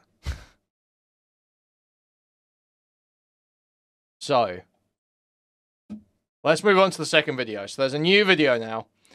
Since I released the genocide supporting YouTubers responded. So this is the one that's prompted the lawsuit threat from Mutahar. It wasn't soft lead, it was cast lead, I believe. Operation Soft Lead. Operation Infantile Suffocation. Since I released my video, the YouTubers... He deleted the part? Yeah, so I've heard. We'll go check below in the boxes VOD for it, though. who backed a genocide, there have been some developments. Ethan Klein responded to the video with an Instagram story shortly after its release, where he wrote, "God, these bread tubers are such pathetic fucking rats. When the fuck did I ever support a genocide? I criticize your idol Hassan, and you all resort to straight up..." So again, this is just like the most, it's like a non-engagement, right? There is a point, I think there is a genuine argument here that Noah Samsen is making that I think is worth engaging with, about the idea of manufactured consent and how your presumptions about a topic essentially make the conclusion foregone. When you just adopt the US's view, the US government's view of terrorism, yes, the conclusion is going to obviously be in favor of the US and its allies. But Noah, Hassan, other people have ideological disagreements with how they determine that and how they view the world. And I feel that you have to engage with those and not just go, oh, I've never supported terrorism. I've never supported a genocide.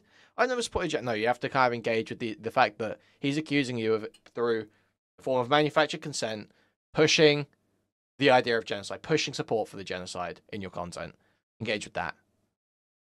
Character assassination and horrific lies, a campaign which resulted in the CPS call and harassment like I've never experienced in my 15 years on YouTube. Fuck you and fuck your movement. Socialism deserves better representatives. Soon after this post, Ethan brought my video up during his live show where he threatened to sue me. So this fucking little scumbag here who put me and Mutahar, Turkey Tom, and Destiny in a thumbnail and said the YouTubers who backed a genocide. This is fucking disgusting, and I'm not okay living in this world. Dude, I understand you think manufactured consent is this very widely understood concept. Your average retard doesn't know shit about fucking Noam Chomsky, bro. Sorry. Were these little fucking punk ass scumbags? They've actually never critically evaluated like what's labeled as a terrorist organization. And just say this shit and get away with it. Like accusing people, usually defamation can be all different types of things. Someone supporting genocide, we throw this term around a lot. That's one of the most, I mean, can you say something more fucked up about somebody than that? Sounds pretty defamatory. And again, I'm not taking any prisoners. If my attorney thinks there's anything in here, if he thinks that there's like a decent shot of defamation, I'm suing this fucking piece of shit, this little scumbag. So he is threatening to sue me for defamation on the grounds that accusing someone of supporting genocide is messed up. I can think of something even more messed up than accusing someone of supporting genocide, which is, you know, actually supporting genocide. I can't imagine that it's pleasant to be confronted with the idea that you might be supporting a genocide, so the instinct here to deflect and deny without even offering any sort of actual defense against the points is an entirely predictable response. This is how the liberal media class will operate in the coming decades when it's time to answer for their crimes of manufacturing consent for a genocide. They will simply say, "No, I didn't." If they say anything at all. Most of them won't. It's happened throughout history. It happened with the Vietnam War. It happened with the invasion of Iraq, and it'll happen again with Gaza. What makes Gaza a bit different, though, is that unlike prior US-backed atrocities abroad, we all know what's been happening there the entire time. Israel's genocide of Palestinians in Gaza has been called the first ever live stream.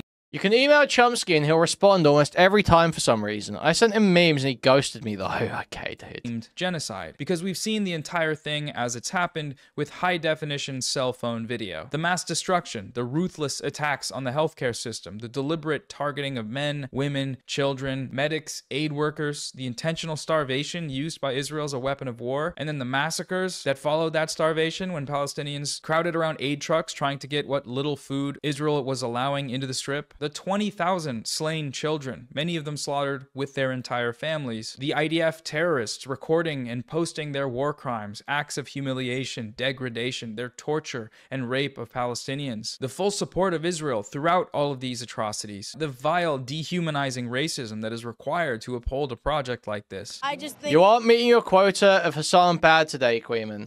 Guys, remember that time where Hassan said that Russia wouldn't invade Ukraine and they did? Okay, you happy now? We need to kill them, every one of them, and that's it.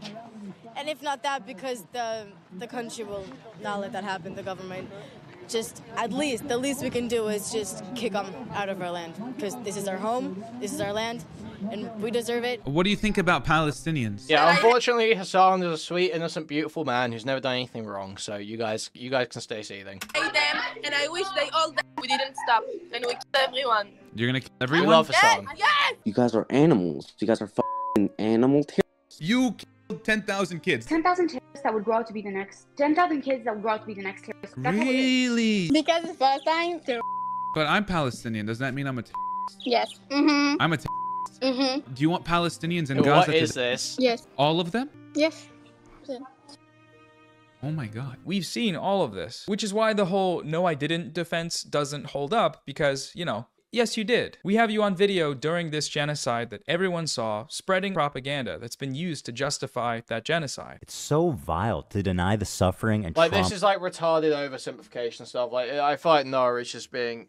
There is like a kind of dishonest trying to get under people's skin with this. I mean, Seen all of this, which is why the whole "no, I didn't" defense doesn't hold up because, you know, yes, you did. We have you on video during this genocide that everyone saw, spreading propaganda. like, as if you can just see a genocide. Like, you can just look at a video and see that a genocide is happening. Like, it's not that simple. That's not... Like, it's a very dishonest framing. Whether it's a genocide or not is a very complicated, like, legal question about international law. It's not as simple as, like, oh, well, you've seen the videos of people dying, so you've seen the genocide, so, and you're defending like, it's not that simple. I agree with his points about manufactured consent, but to present it as though it's just simply clear-cut, a genocide has always been a genocide, Ethan should know it's a genocide, everyone should be aware it's like, it's not that simple. That's been used to justify that genocide. It's so vile to deny the suffering and trauma of the victims just because you need your heroes at Hamas to be perfect. My friends, defeating our brutal enemies requires both courage and clarity. Clarity begins by knowing the difference between good and evil. And these monsters, they rape women, they burnt babies alive. Many anti-Israel protesters, many choose to stand with evil. They stand with Hamas. They stand with rapists and murderers. The Gaza... Okay.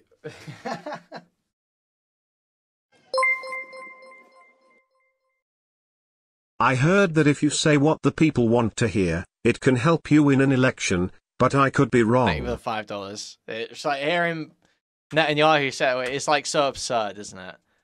It's just like they actually had riots to keep, or protests to keep rape as like a tactic. Yo, how's it going? Kuihman, How's it going? do you think that what Israel's doing falls under the definition of genocide? I don't know.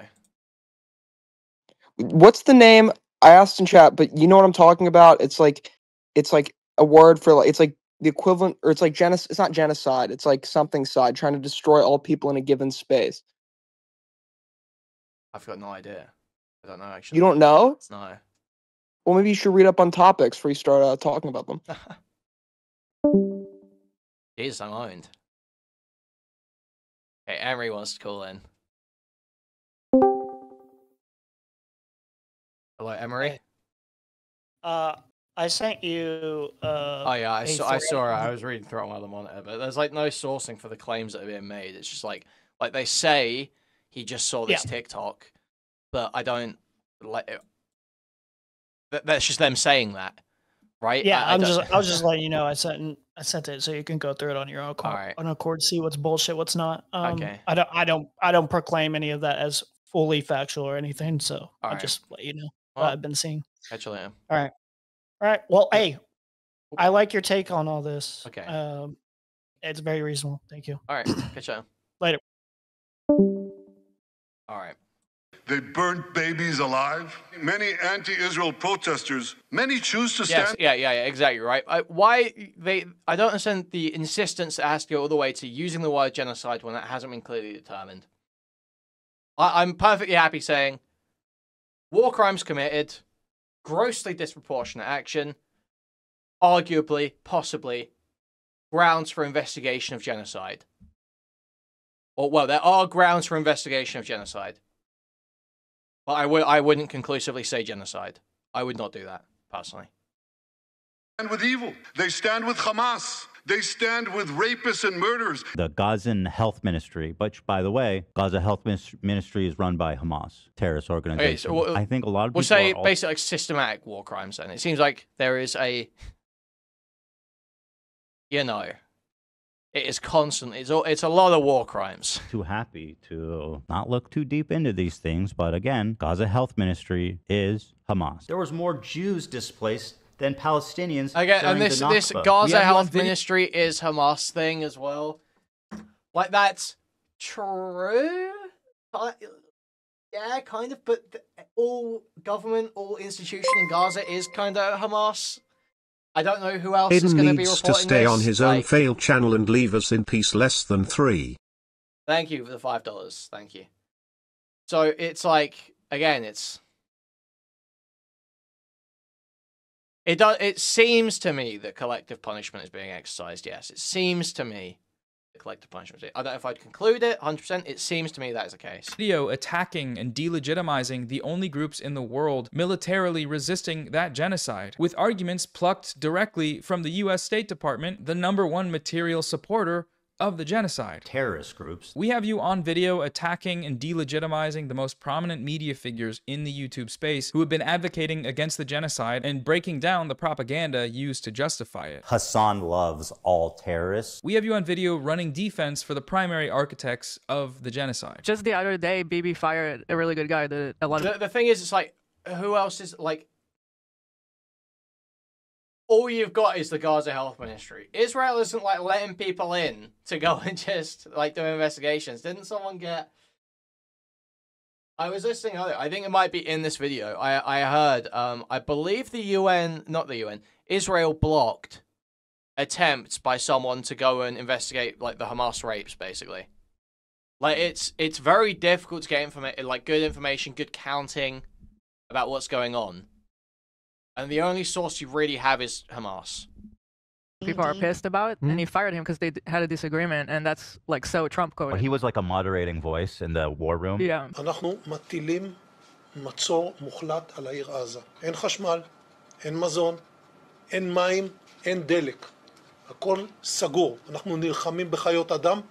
We have you on video attempting to portray the perpetrator of that genocide as some kind of beautiful, free, diverse, democratic state. We're planning to go to Israel in June with my parents and all the What's kids. the cope for what's happening in the West Bank? I don't. Does anyone even bother defending the West Bank stuff? Like anyone reasonable? I mean, anyone that's not like just a out and out like expansionist. Great trip, and I'm actually really excited to go there. I want to show you guys. You haven't been there in so long. It's been a long fucking time. What I want to do is show you guys how I see Israel, because you don't see that when you listen to Hassan and you hear all these fucking mega lefties talking about it like it's some super racist, like crazy, like Jim Crow style of society. Like, I can't wait to show you guys how beautiful, how multicultural, how like free it feels for people, or just it's a beautiful place. It is. It's one of the most diverse places I've ever been. These people all seem to believe that in order for some... Most people try to ignore what they're doing in the West Bank right now. I literally had the thought the other day. When was it? I could probably look in my phone history. I was just laying there. You know, it was like 8 a.m. I was trying to get to sleep because that's when I sleep. It's like 10 a.m. And I just thought to myself, I was like, damn, I haven't heard shit about what's going on in the West Bank. What's going on in the West Bank? I just searched. What's going on in the West Bank? What's been happening in the West Bank last year? It's like, oh yeah, Israel's going in there with a bunch of raids and shooting people in their homes. It's like, oh, cool. Great news. Someone to back a genocide, they need to like look into the camera and say, I support genocide. I think it's good. More of that, please. And while we do have examples of certain parties to the conflict here doing just that, like Destiny and Asmongold. I'm not going to cry a fucking river when people who have genocide that's baked into their laws are getting genocided.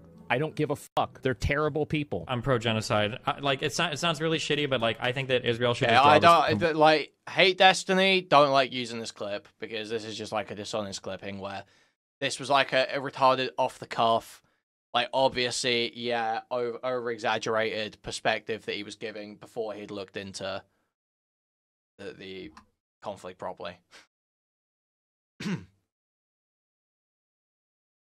He goes even further now, though. I don't think so. I don't think so. Genocide that's baked into their laws are getting genocided. I don't give a fuck. They're terrible people. I'm pro-genocide. Like, it sounds Yeah, really this is shitty, but pre-October 7th as well, I believe, yeah. like, I think that Israel should just drop its fucking borders about where it is now, and basically Palestinians can go live in another place. The most common and effective way to back a genocide doesn't look like that. Mainstream Western outlets don't say those Palestinian kids deserve to be killed. No, they say that some kids died when bombs dropped, that Israel says it was dropping on Hamas, which is a US designated terrorist organization. The mainstream Western media doesn't say that there are no innocent civilians in Gaza. They simply quote the death tolls as being reported by the Hamas, aka terrorist-run health ministry, and then report uncritically the IDF saying that most of them are soldiers actually, and soldiers are terrorists by the way, so who's to say what's actually true? The mainstream Western media doesn't say that Yemeni children deserve to die because they're all Houthi terrorists. They simply cite the Houthi-run health ministry, aka terrorist-run health ministry. So when the US and Saudi Arabia kill those children,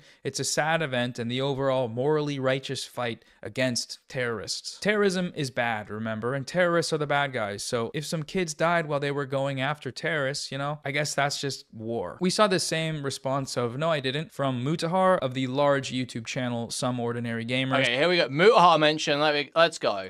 When Hassan Piker shared my video on his Instagram story, Mutahar responded to this post writing, I get watching other people's videos is all you're really good at, but try vetting out slander before promoting. I have never defended or backed the Israeli genocide on innocent Gazans, never will I ever. Following this, there was a bit of a back and forth. Hassan responded to Mutahar on Twitter, writing, in your only video on Gaza, you admit to not knowing about politics, you try to cover Israel-Palestine as drama slop for a centrist audience, you defend Asmongold for his inferior cultures and genocide comment, then attack pro-Palestinian. So my understanding is that basically Hassan's summary of this is essentially true. This is functionally you are making pro-Israel content, okay? When I wish people would just actually reckon with this. Functionally, when this is roughly what your video is, you are making a piece of pro-Israel content.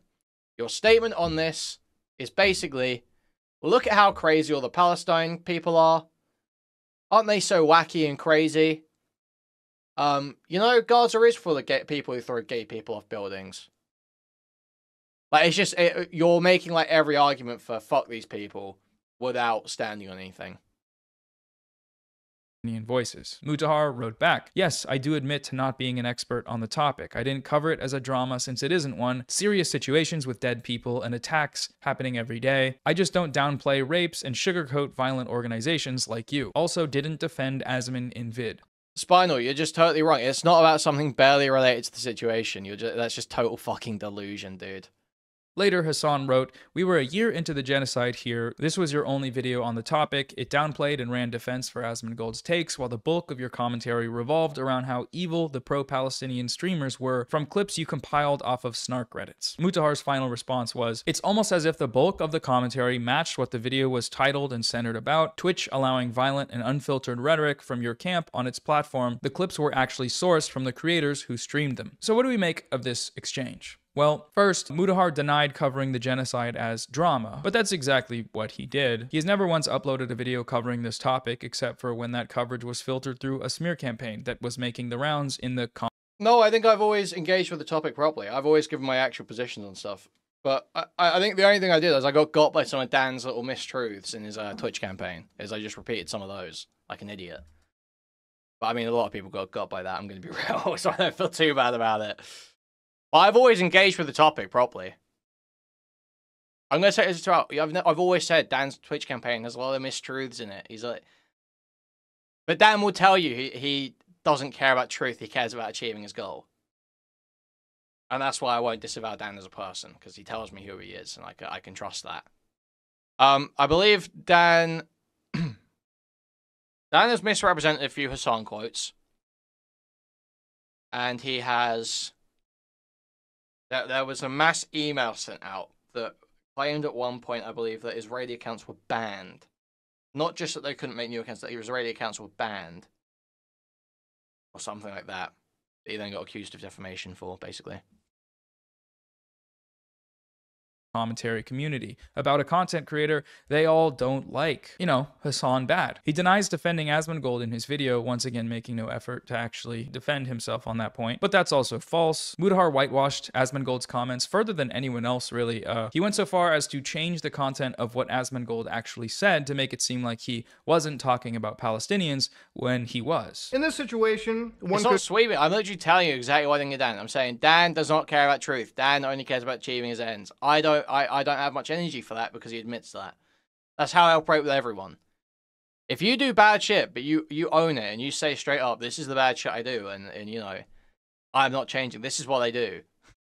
It's like, it's hard for me to have too much energy for it. He's as bad as Stardust. That's just totally delusional.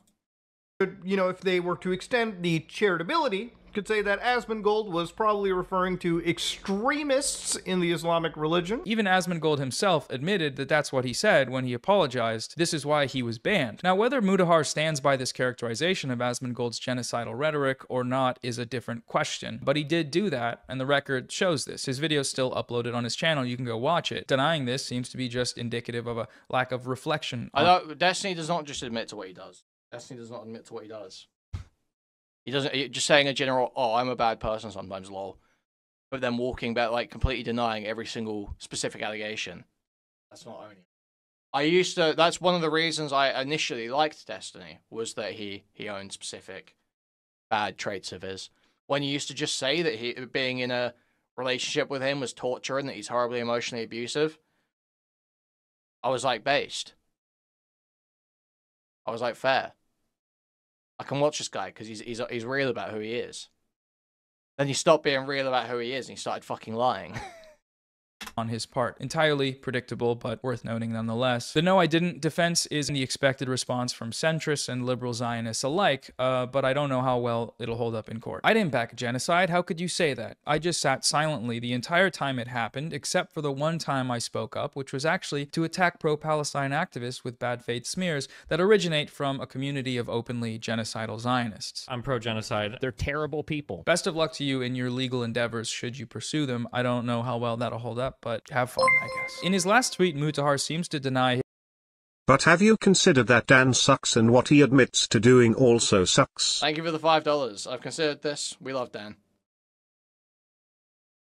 The entire time it happened, except for the one time I spoke up, which was actually to attack pro-Palestine activists with bad faith smears that originate from a community of openly genocidal Zionists. I'm pro-genocide. They're terrible people. Best of luck to you in your legal endeavors should you pursue them. I don't know how well that'll hold up, but have fun, I guess. In his last tweet, Mutahar seems to deny his participation in the... So, Noah prompting this loser to sue.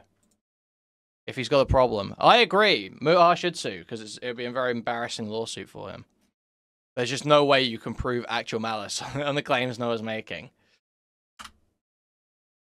You will not win that lawsuit. I do not believe that for a fucking second. But known retard, Tommy C, has weighed in. If he is serious, I would be pissing my pants. You have to believe he has a war chest, and whoever fuck this Noah is, I'm willing to bet he doesn't. With 540k, I'm sure he's fine. Wait till the judge and jury finds out he is a sincere Muslim being attacked by a bunch of godless commies. Lol. I hope it's true. Too much fun and content. This guy's so fucking stupid, man. This guy is so dense, it's crazy. Smear campaign writing... When the judge sees he's a Muslim, they're gonna own Noah. They're gonna epically own Noah. Clips were sourced from the creators who streamed them. This is false. Mutahar did not source these clips from Hassan's stream. He sourced these clips directly from the smear website. He cited the website out loud and said, go check it out, guys. Now, there's a website known as danclancysucks.com, where it goes through a treasure trove of some of the most popular streamers on the site. One of the most popular political streamer, Hassan Piker. As we went over, this website Yeah. Sincere Muslim who watches hentai, and I can tell he ain't fasting. The compilation of out-of-context clips and arguments attacking pro-Palestine creators that openly embraces the support of genocidal Zionist organizations like the ADL and genocidal Zionist politicians like Richie Torres. The community from which all of these allegations originate is that of a content creator who says things like like this. He is interviewing the guy who's about to go do some shit to get himself killed, basically. That's what's gonna happen. We know from this point, that's what's gonna happen. So he walks away, gets back a little bit, and then he sets up behind this thing, right? Is this concealment, I guess? Not cover, concealment, right? Because I think the tank's over here. So now he can capture the footage right here. He sees the guys walking, knowing that they're about to get shot, because that's what's gonna happen. And then eventually they get shot and everything is, this is it. It's like act 1, 2, and 3. It's like all here. Now this guy is down. He's dead. These guys are like... and fatally wounded. They're not even running. They're not even like cowering and running away and screaming in fear. There's like, okay, well, they did it. We got our shots. Okay, is this guy done? Oh, shit. Well, okay. Well, we brought the white flag so we can put that over the bleeding part, assuming he got shot in it actually, right? Flag on and his then chest. this guy, what, is this guy running back to grab the wife? By this stage, the man's wife, his widow, has heard what happened. And then, like, what does this mean? The wife has heard what happened. Like, bro, this is crazy. I'm sorry. The tracking live movement shot of the lady running up to her dead husband? Like, what is this? By this stage, the man's wife, his widow, has heard what happened. Somebody went back and told her, right? The 5 martyrs that walked forward, you know, your husband was the unlucky guy. He drew the short stick today, so come forward, cry for us on camera. Do you think the guy intentionally wanted to get killed? No, I don't think he wanted to die. I don't think they were thinking they were going to die, but they probably were hoping to get shot at, or maybe, so you're saying the woman was acting? I don't think the woman was acting. She probably was sincerely sad. Her husband got fucking killed. But I think they were farming TikTok clips. I mean, remember, these people, not these people, I mean these people, we actually, yeah, like, have suicide bombers. So it's not that big of a stretch. Okay, like, okay, I've just come back. And I remember these clips have been played many times. And I'm sorry, but, like, you need to, have this, is what Destiny's saying actually been debunked? Because, my understanding is, I've looked into... like 1 of these cases before, not in this thing. But there's like that famous video. Someone tell me what the name of this video is. It's like, there's a Wikipedia article about it. There's that famous shooting that happened that some French journalist caught on camera. And like, there were like, fuck, I can't even remember. Someone must know what this was. There was some French journalist filmed some shooting in Gaza or in Israel or whatever in like the 90s or early 2000s, like some point in the 2000s. Fuck, man. And there was like part missing from the footage. The Mohammed Al-Dora video, this one.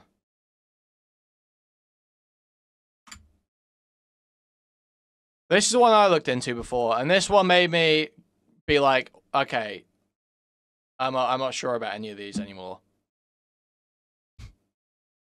If someone, you know, I would like to know more about a shooting video before I conclude that it's just absolutely Israel just shooting at these civilians. So, okay. Are we gonna read this whole thing? I can't summarize it. I can't like paraphrase it. I don't remember the topic well enough to accurately paraphrase, so I would have to go through and actually read this.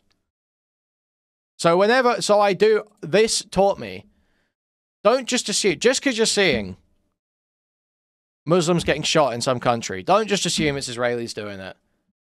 Okay? Don't just assume that it's as simple as there are some civilians here, there's a kid here, just getting domed by whatever soldiers you hate the most. You need a bit more investigation. So, while I understand Destiny comes off as an inhuman, callous sociopath in this, and I would agree he probably is, I don't just look at this and go, oh, well, Destiny's obviously wrong. He's asking questions, and you can go, it's sociopathic to be willing to ask these questions when you're seeing people die, but I mean, the questions have to be asked eventually. No, what do you mean, no, he's not? Let's watch the clip. Yes. He is interviewing the guy who's about to go... tell me at which point Destiny makes a firm conclusion about the nature of this footage. You tell me.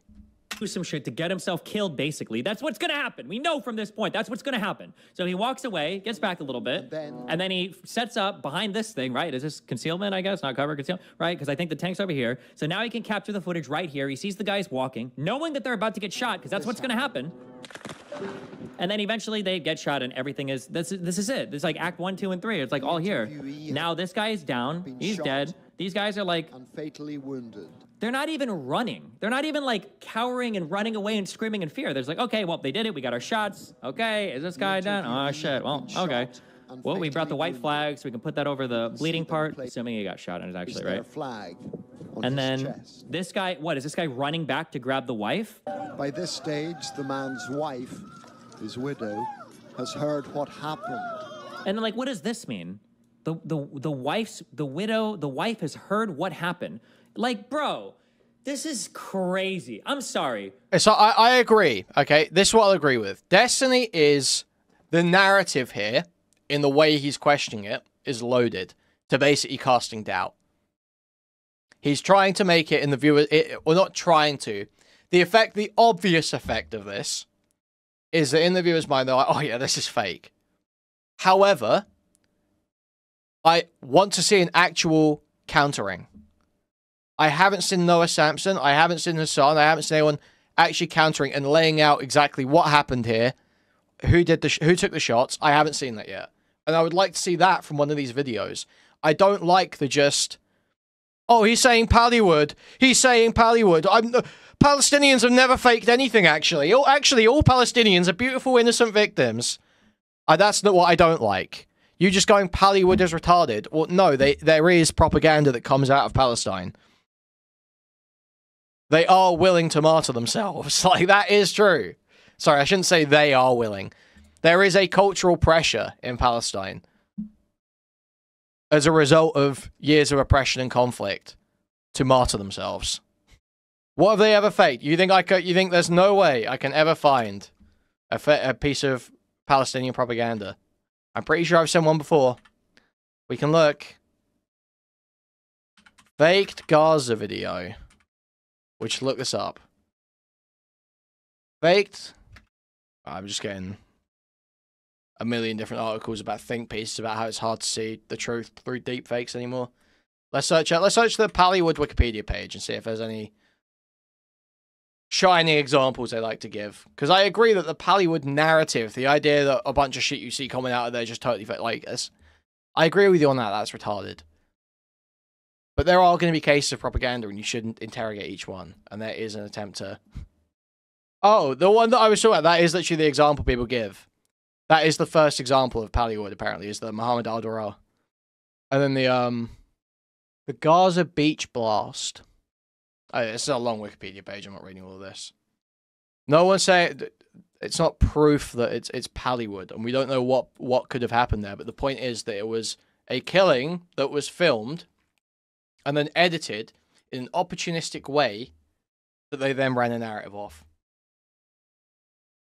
The beach blast is fake. The beach blast isn't fake. The claim is that it was an unexploded artillery shell or landmine that later went off and was not a strike, I think, from what I briefly read on Wikipedia just then. There's no evidence that is fake. What do you mean? Okay, there's no evidence that's fake. That's not the point! I'm going crazy! Dude, again, it's like, the point is to question each individual claim, right, Bassam? That's the point. What is misleading about the way it was edited? Well, there were misleading claims made about it. They claimed to have cut out the death throes when they didn't. The death throes weren't captured. They did not capture the death throes. So they didn't confirm the death. They claimed it was obviously Israeli, but it wasn't. The claims from the other journalists that you cannot determine the trajectory of the bullets. There is no way to identify whether that was from an Israeli position or from a Palestinian position. There's a bunch of problems with this footage. The more common thing I think you see these days is using Syria footage and saying it's Gaza. Sure, yeah, there's that as well. But the point is just going, well, there's a genocide, so why are you questioning this individual video? Well, yeah, you should question each individual video. Yeah, you should. Which means what for? Because truth and accuracy is valuable. To conclude whether it's true or not. To conclude whether the video is being portrayed accurately. Yeah, it's just one case. Yeah, no one's saying it's like about the broader conflict. No one's saying that because if the Palestinians fake one video, actually there's nothing happening. No one's saying that. I'm saying very clearly. Destiny isn't saying that either. I'm saying I agree Destiny is painting here. There is a narrative painting happening. It's not focusing on it. This video came up and Destiny's having a reaction to it. It's not like Destiny went... I don't believe that Destiny went and picked this video out.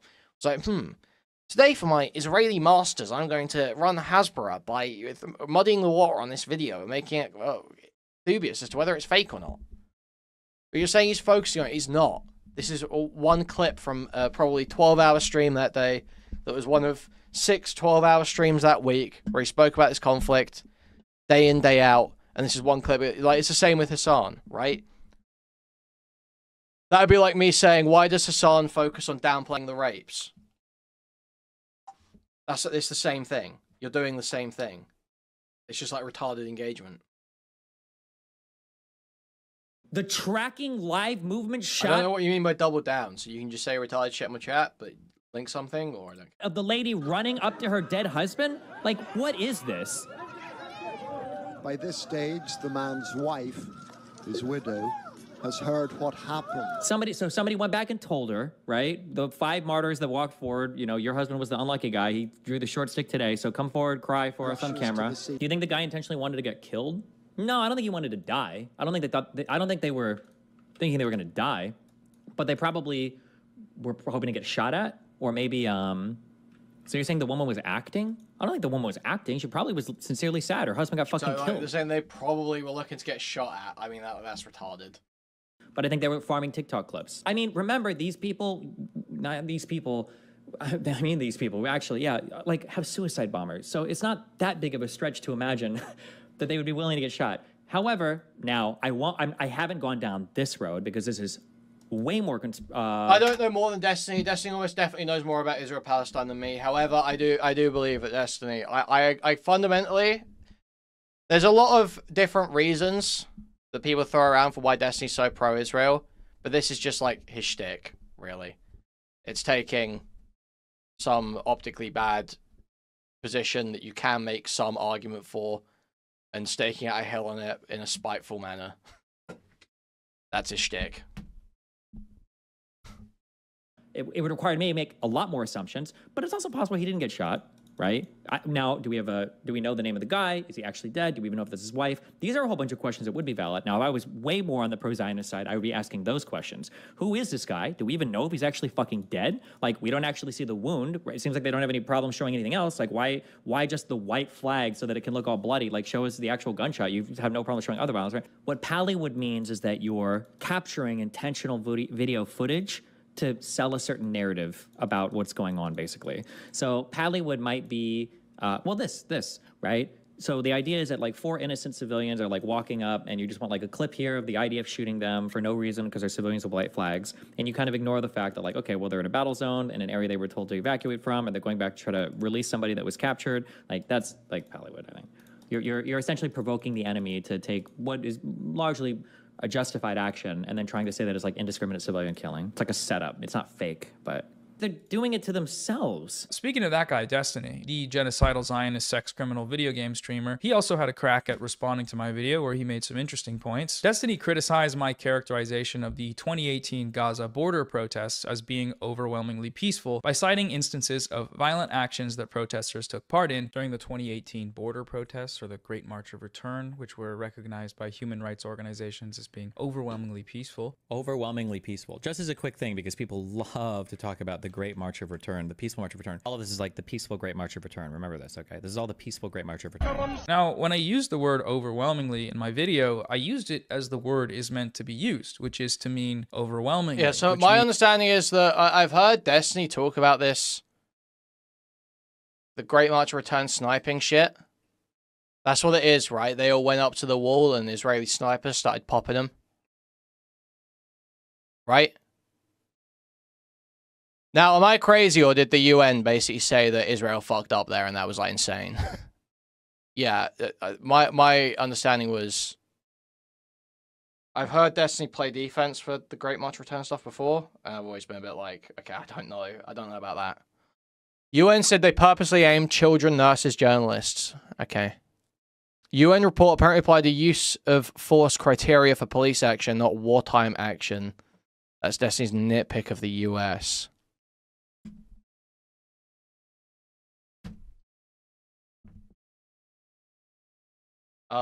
Yeah, and you can say Sinwar deployed people into the crowds. Yeah, I'm certain that's true. Like, that's obviously going to be true.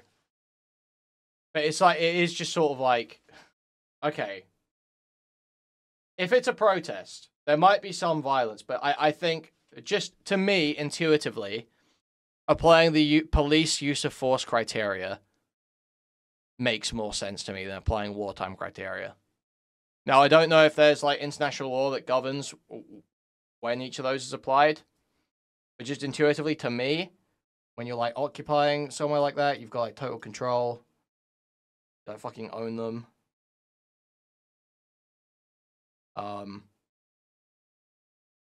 Should police it, not treat everyone in there as a combatant. They do a protest like that, they're not all just, like, fighters. Means what the word means, which is to a very great degree or with a great majority. Overwhelmingly. Some instances of violence during these protests do not contradict my use of this word. The protests were overwhelmingly nonviolent, which is exactly what the UN report found. The protest camps set up along the fence can make you do a double take. In parts, they look like a community festival, a carnival, a fair, like a distant cousin to Burning Man. Women prepare falafel sandwiches. Barbers give haircuts and trim beards. Lip syncers and dancers perform in the shade. Actors ham it up. All Palestinians are combatants, that's the point. Okay, like doing this retarded strongman shit from the other side. I'm trying to be so fair today. It's so fucking annoying getting just so many retarded people on both sides. So no one's actually arguing all Palestinians are combatants. Fucking the other... Palestinian activists love doing the whole settler babies shit, okay? So both sides are fucking guilty of this retarded shit, but it's about the fact that obviously they are, like, plain clothes embedded in civilian infrastructure. It's a very fucking difficult situation to fight a militant force that operates like that. Families come with their children.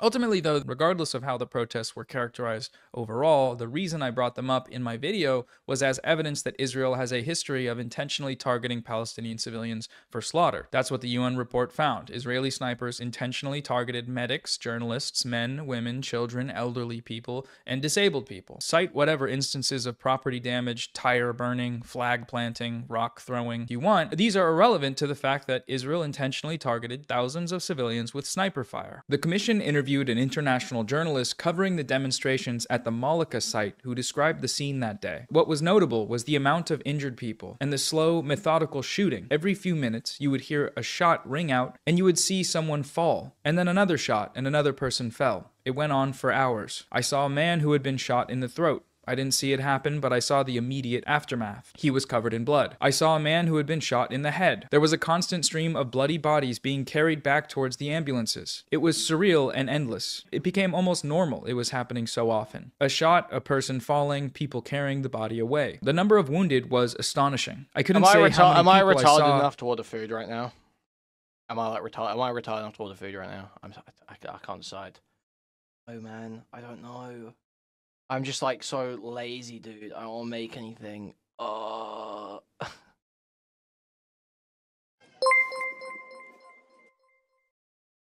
Food. Thank you for the $5. Thank you. Oh, man, this is fucked up. Who were shot because it was so high. I have covered wars in Why English people always order fries with Chinese food, streamer? I actually don't do that. Syria, so Yemen, Libya, and I've never seen anything like this. The slow, methodical shooting. It was just shocking. Presenting this fact is only a one-sided history if you think intentional civilian targeting is somehow warranted due to other unrelated instances of violence, which definitionally cannot be true. This is, of course, if we're taking international law into account, but Destiny's a Zionist, so that's not high on his priority list. I'm pro-genocide. Destiny has had similar Israel glazing-induced English language difficulties in the past. He had this same response when Norman Finkelstein brought up the 2018 border protests in the Lex Friedman Israel-Palestine debate early last year. In 2018, there was the Great March of Return in Gaza. By all reckonings of human rights organizations and journalists who were there, it was overwhelmingly nonviolent. Along the Gaza perimeter, there was Israel's best trained snipers. Correct? I don't know best trained. There were snipers. Fine. Snipers. Okay. All right? Because, editorializing hey, support. laugh. It's hilarious. The story is so funny. You're lying about It's the Great so March of Return funny. had aspects of Okay. violence to it. Okay. According, even the UN says it themselves. Okay. But you only collect what the UN says that you like. You see, the problem, Mr. Morelli, is you don't know the English language. You don't I can read understand- from the Did you UN hear- website did itself. I In regards to say- the Great March of Return, Please they said, stop with your while the idiotic- vast majority of with your protesters idiotic- acted in a peaceful manner, No, listen to what during he most said. protests, Did- dozens have did you approached the just fence, agree with attempting me, to Mr. damage it, Did I burning say fires, throwing stones, and overwhelmingly Molotov cocktails nonviolent? towards Israeli forces, and Okay. flying incendiary Okay. kites and balloons Okay. into Israeli territory. The latter resulted Yeah, in but- extensive but damage you to don't- agricultural you- land and okay. nature I'm doing reserves it, guys. inside Okay. Israel, and risked the lives Yeah, of Israeli because civilians. Some incidents of Mr. shooting and throwing of Borelli- explosives Yeah, were also talk reported. fast, talk fast, I'm so just people trying to think that you're coherent. I'm just Notice Destiny's retort to Norm's description of the Borelli. protests being overwhelmingly nonviolent is that there were So, I mean, yeah, Destiny's being like retarded on here, from what I can tell. I think in this, when they're talking about the beach thing, Finkelstein's being a fucking retard. But the Great March Return stuff is just totally dumb as hell. The Gaza perimeter, there was Israel's best trained snipers. Correct? I don't know best trained. There were But- snipers. Fine. Snipers. Okay. All right? The Because, editorializing hey, support. laugh. It's hilarious. The story is so fun. Guys, what do you think? House like burger sauce? Ketchup and mustard? Or just ketchup on a burger? On a burger? What do you think? Fuck mustard only. That ain't happening. It's ketchup and mustard. Burger sauce. Just ketchup. I'm feeling burger sauce right now. Okay. Fuck it, man. I'm a fucking retard. Fuck it. Funny. You're lying about the It's Great so March of Return funny. had aspects Okay. of violence to it. Okay. According, even the UN says it Okay, themselves. Okay. But Did you only I- collect you're- what the you're- UN says that you like. You see, the problem, Mr. Morelli, is you don't know the English language. You don't. I can read from the Did you UN hear- website did itself. I In regards say- to the Great March of Return, Please they said, stop with your while the idiotic- vast majority of with your protesters idiotic- acted in a peaceful manner, No, listen to during what he most said. protests, Did you- dozens have did you approached the just fence, agree with attempting me, to Mr. damage it, said there were burning Molotov- fires, Did I throwing say stones, and overwhelmingly Molotov cocktails nonviolent? towards Israeli forces, and Okay. flying incendiary Okay, kites and balloons okay. into Israeli territory. The latter resulted Yeah, in but- extensive but damage you to don't- agricultural land and okay. nature reserves inside Okay. Israel, and risked the lives Yeah, of Israeli because civilians. Mr. Some incidents of Mr. shooting and throwing Borelli- of explosives Yeah, have also been talk reported. fast, I'm so just people trying to- think that you're coherent. I'm just Notice Destiny's retort to Norm's description of the protests being overwhelmingly nonviolent is that there were actually aspects of violence. This is not a contradiction. Overwhelmingly means overwhelmingly. عمري 16 سنة صوبت في يوم الأرض تاريخ 30/3 يوم الجمعة. كنت على الحدود الشرقية في رفح. كان في آلاف المتظاهرين والمتظاهرات شباب. Okay, it doesn't really take a genius to figure out that Destiny essentially thinks that if a protest starts getting violent, you can down. You know, I don't think that's a particularly controversial reading of where Destiny's principles essentially lay. الساعة 9 صباحا بدينا إنه أول ما وصلنا قعدنا شفنا وين رح نقعد وبعديها رجعنا صلينا الجمعة ورجعنا أنا وصاحبتي لما وصلنا لقينا كل الشباب راجعين كلهم لورا ما حد متقدم فمسكنا أنا وياها إيد بعض ووصلنا نقدم قدامها. You're my age, وأجوا Kuihman. You should have to باقي- cook for yourself in advance of your job or after it, lol. Streamers are crazy. You don't, this is, the social battery drain is so crazy. You have No idea. You don't know the pain I go. You don't know how hard my life is. البنات صاروا يمسكوا ايدينا والشباب صاروا يهتفونا ويشجعونا اكثر مشان نقدم اكثر. كنت امسك الاعلام واغرسهم واقرب اكثر واكثر. غرست العلم ومسكت علم ثاني وصرت الوح فيه. فالاحتلال يعني ما عجبه هالمنظر يعني. طبعا يعني كنت انا محروقه يعني من جوا كنت بغلي يعني تعرف شوف في كل الظلم يعني انت بتعيش كل يوم. كنت من الاقليه الموجودين يعني كنا بنعد على اصابعي اللي قدام. وانا قدمت كثير وكنت بعيد عن اليهود اقل شيء 20 متر.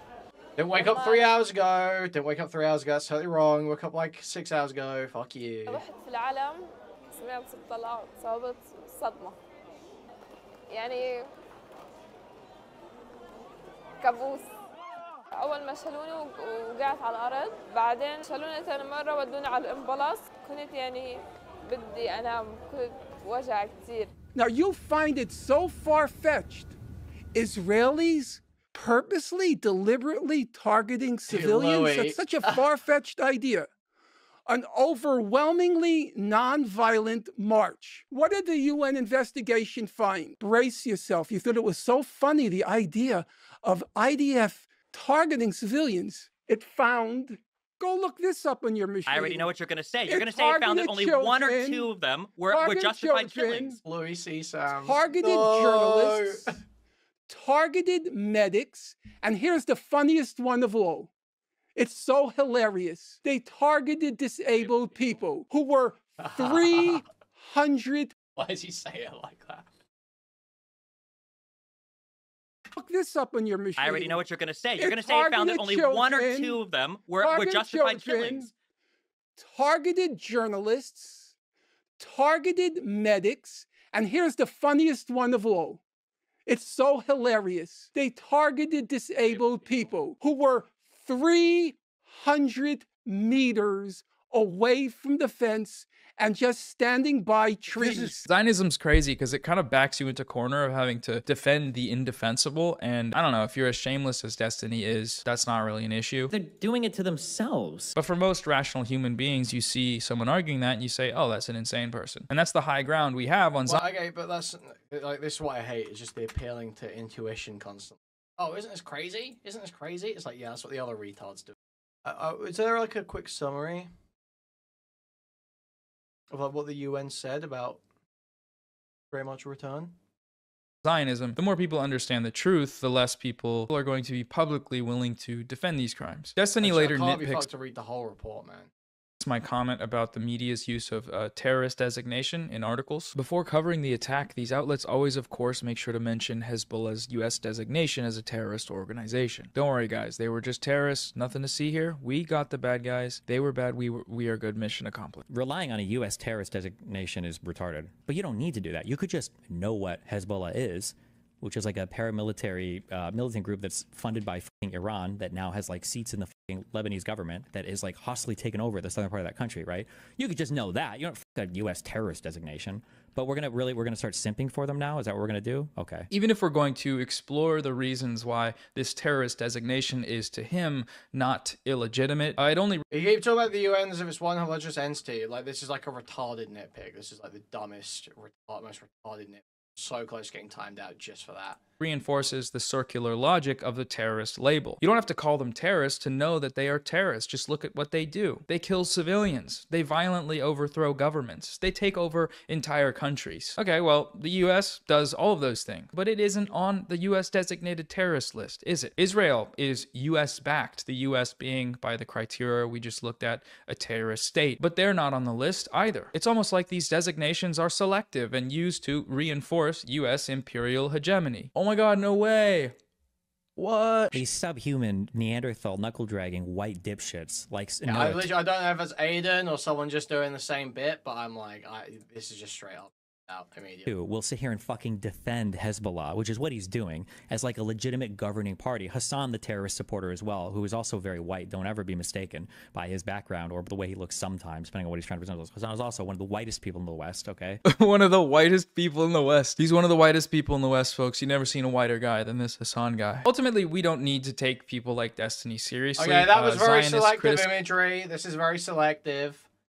This is very selective. This is bad faith. This Hassan guy. Ultimately, we don't need to take people like Destiny seriously. Zionists criticizing Hezbollah is not doing so in good faith. Obviously, he is a Zionist. He supports the genocidal Israeli regime and opposes resistance to it, which is what Hezbollah is. The group exists as a response to Israel's repeated colonial killing sprees in Lebanon, which are not terrorism, apparently, because Israel's the good guys. So he's not a person we need to take seriously in any of these conversations on what needs to be done. That's the sort of criticism trap here on YouTube. You know, a guy who isn't a part of your movement criticizing your movement. I don't like having to even bring him up. I honestly just like that white boy's clips. I thought it was funny. One of the whitest people in the West. Subhuman, Neanderthal, knuckle-dragging, white dipshits. So I'll look at some more of this stuff in future video responses. I'm going to split them up point by point and see if we can dive a little deeper into these topics. I think that has potential to be worth it, but we'll see. Today, though, I want to look at just a few of the common arguments. No, I don't think Noah ever debated Destiny. He debated Vosh. He got whipped by Vosh. I saw from Ethan Klein, his supporters, and other participants of this campaign. And because this video is more influencer drama focused, I'm going to take that opportunity to do a sponsor now. That's when I'll do them, when I'm talking about random internet micro celebrities. For as long as I need to do them, which hopefully isn't much longer. Support me on Patreon to make them stop. There's been an escalation in the trend of crackdowns over free speech and the right to protest in America. The US government and intelligence agencies have the ability to deploy warrantless surveillance against anyone. This is done through things like Section 702, geofencing warrants, sales to data brokers, and national security letters, all of which are used by the government to bypass the judicial system to monitor your communications. Basically, if big tech has access to your information, so does the US government, which is an issue if you want to be protesting that government. This is why I'm excited to talk about the sponsor of today's video, which is Proton Mail. Unlike the majority of other email platforms, Proton Mail is end-to-end encrypted with zero access encryption, meaning that emails from non-Proton Mail accounts are encrypted. Awesome Proton Mail sponsorship.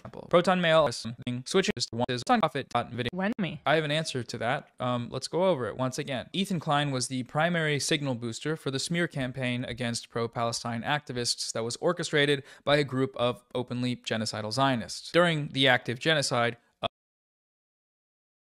so, okay, openly genocidal Zionists. I don't believe you can make that claim.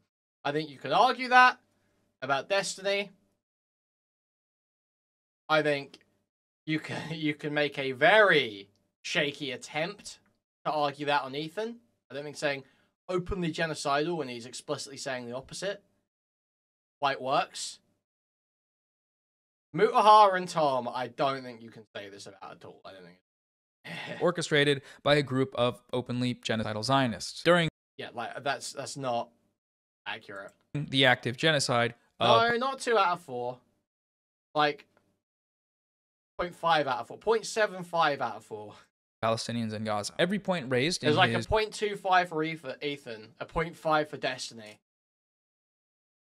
Content nuke video was borrowed directly from Destiny and his community regarding Hassan's alleged terrorism support, his alleged anti-Semitism, and his alleged extremist views. Hassan uncritically interviewed this kid for about an hour. It was the most brazen display of disgusting terrorist propaganda that I have maybe ever seen in Western media. Okay, fine. He likes Hamas, he watches their propaganda, but he's not going to deny the violent rapes that took place. That is way beyond the pale. Ethan himself in this very stream reveals that he is aware of Destiny's comments that openly endorse the genocide of Palestinians. The only person he's probably not defaming here would be Destiny because of his comment about, he said, I believe in genocide. He said, I think, and during one conversation, like that the Palestinians should just leave. So like saying, why does he have to be so retarded and exaggerated with his language?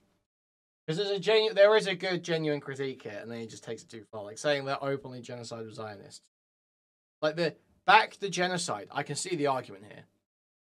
Play defense for a genocide, I could see the argument. Openly genocidal Zionists, you lose me. Totally lose me.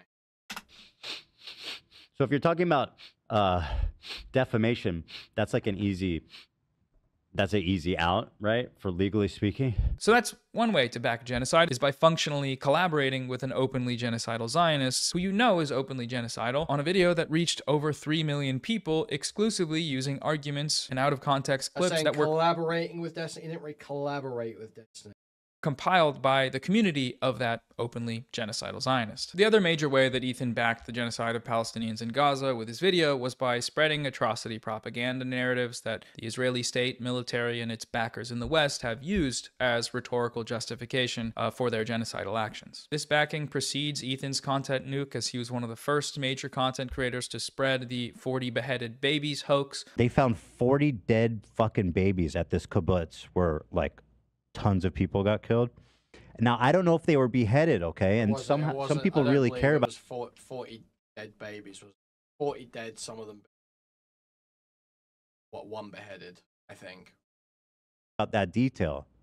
So, to me, the 40 babies is enough. I never really thought that I would see and have confirmed pictures of terrorists beheading children. A false claim that he has yet to rescind or apologize for making. In the content nuke, he doubles down with this sort of propagandizing for the state of Israel by spreading the Hamas mass rapes hoax. He cited the documentary from Sheryl Sandberg that relied on testimony made under duress in Israeli detainment centers and unverified claims from witnesses. Earlier this year, former Facebook executive Sheryl Sandberg produced a documentary that was screened at the White House and on Capitol Hill. Last year, Hamas committed horrific acts of sexual violence. Cheryl, I thank you for all your work to bring to light the horrors of this issue. Oh my god, dude, I can't nitpick over every single one. Okay, the point is Ethan got it wrong, okay? I don't know exactly how many dead, how many were kids, and how those kids died, okay? It was not 40 dead babies. It was not 40 dead, beheaded babies. That initial claim that was going around was retarded. And for your film about what happened on October 7. The way that Sandberg proved her case, shockingly, was significantly through the use of coerced interrogation videos. The documentary, of course, won praise in the pages of the New York Times and is, to this day, sitting on the White House website. The White House website now says, quote, preventing and responding to conflict-related sexual violence is a top priority for President Biden and Vice President Harris. Since October 7th, President Biden, Vice President Harris, and our entire administration have consistently condemned Hamas' horrific sexual violence.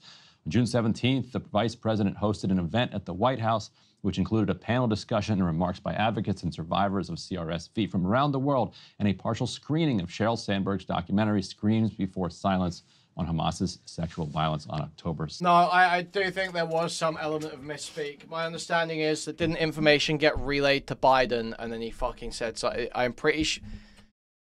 I think there was some of it that was misrepresentation from Israelis. However, fuck man, what happened? Biden claimed to have seen photos or some shit like that, and he hadn't, or some shit like that. Biden took it too far. I think there was some misrepresentation from the Israeli side, and then Biden took it even further with a fucking retard moment. I think Biden was pushing Israeli state propaganda, like, deliberately, or, like, playing that up. My understanding is Biden was actually pretty pro-Gaza in terms of presidents, and his sympathies were obvious if you actually looked into it. 7. Now, Amnesty International, Human Rights Watch, B'Tselem, and Physicians for Human Rights Israel all rejected the use of hostage. So this is the other annoying as fuck thing that pro-Palestine people do, is they pretend that Dems are all just like the same as Republicans when it comes to Israel. When like there was like a whole thing in like the 2000s where it's either the late 2000s or early 2010s where like Hillary Clinton and a bunch of others led like some campaign or got like something passed to basically lift like travel bans on a bunch of like, you know, people who'd been essentially deemed terrorist sympathizers or whatever. To basically allow for more pro-Gaza freedom of expression in the US. So, like, there was the idea that it's all the same. Oh, Dems are just the same as Republicans. It's all genocide. It's like, it's so dumb. So dumb. Interrogation videos in the months after October 7th. And most news outlets chose to reject their use as well. Also, guys, now's a great time to remind you, okay, if you haven't liked the stream already, like the stream, move your cursor to thumbs up and click it, or press thumbs up on your mobile device. That'd be hugely appreciated. If you want to take your support one step further, donate directly through a Stream Elements link in the pinned chat message. Also, buy a membership to the channel, gift a membership to the channel, gift a whole bunch of memberships randomly throughout the chat. Buy a super chat, which will highlight your message and read out on TTS, or buy a super sticker, which is a YouTube MJ gift that will be highlighted in chat. Subscribe to you. Go to discord.gg/Kuihman, twitter.com/Kuihman, or reddit.com/r/Kuihman. Okay, you say that the Biden administration in particular was really bad. It's not in particular. It's not in particular, is it? Because the next one was way worse. I don't believe Biden is, like, that fucking crazy on the Zionism stuff, okay? My understanding was that Biden actually did kind of try to stay Netanyahu's hand a little bit. At least the diplomatic language was a lot firmer. Well, caution's gone to the wind now, hasn't it? They just don't give a fuck anymore. It's just like total... Like, Trump is talking about the US occupying Gaza. What do you mean how's it different? Yeah, what? Yeah, they were entertaining the idea of occupying... The US was entertaining the idea of occupying Gaza in the Biden administration. You're saying they're doing the exact same thing.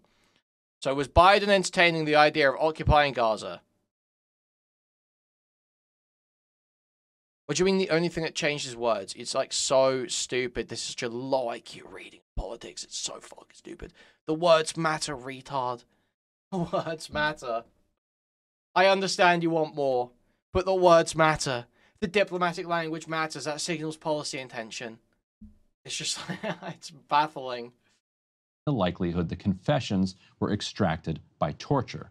Sheryl Sandberg, the White House, and Hamas have all gone a different direction. Now, my point about this propaganda claim seems to have been misconstrued by some viewers of my video. The claim in question is not that rapes occurred, rather that Hamas systematically weaponized sexual violence during the attacks. This was the claim spread by mainstream news Does Tom outlets like Hillman the know New York about the Times, Chris Perez guy? Thank you for the $5. and used by the US government and the Israeli government as a pretext for blowing up occupied apartment buildings to target low-level Hamas commanders. The UN report that was released and cited widely by defenders of Israel as evidence that this is true says the opposite. The mission team was unable to establish the prevalence of sexual violence and concludes that the overall magnitude, scope, and specific attribution of these violations would require a fully fledged investigation. Ethan's citation of the conclusion to this report, point 86, that there are, quote, reasonable grounds to believe that conflict-related sexual violence occurred at several locations, does not at all verify the claims made in his video in the central piece of evidence which he cited for it, which was Sheryl Sandberg's propaganda film. What happened on October 7th was mass, systematic, planned rape and genital mutilation of women. Nor in all the places that systematic sexual violence was alleged against Hamas, which it was many, many places. Mainstream. Well, this side, I'm immediately skeptical at framing. Mass, systematic, planned rape and sexual mutilation. My understanding of the text is that I don't even know that Hamas were expecting to get as far as they did. And it seemed like it was a lot of disparate militants that were basically just like doing atrocities as they made their way through defenses and shit. That was my vibe. I could be totally wrong on that. I could be totally wrong. No, I think they'd rape. That's not what I said, SPINELESS. Places. This conclusion also does not contradict anything Hassan has ever said about October 7th. In every clip cited in the video, Hassan is talking about the systematic rapes claim. The systematized mass rapes that Hamas dealt on October 7th, not a single bit of that has been verified. The clip that was cited repeatedly by Ethan, what he seemed to think was a smoking gun, downplaying the violence, specifically the sexual violence, which he's done a lot of. I don't believe that's true. There's no evidence that he did rape. That's not true. That's not true. Rapes happen on October 7th. Like, that doesn't change the dynamic for me even this much. So that's the other part of this problem that many people can't contend with. Like, the Palestinian resistance is not perfect. They're not, like, so good. They have magical bullets. Ethan's presentation of this clip is dishonest, though. It doesn't even matter. None of this justifies that Palestinians have a right to dignity, a right to emancipation, a right to live fucking free lives, free from this occupation. Doesn't matter.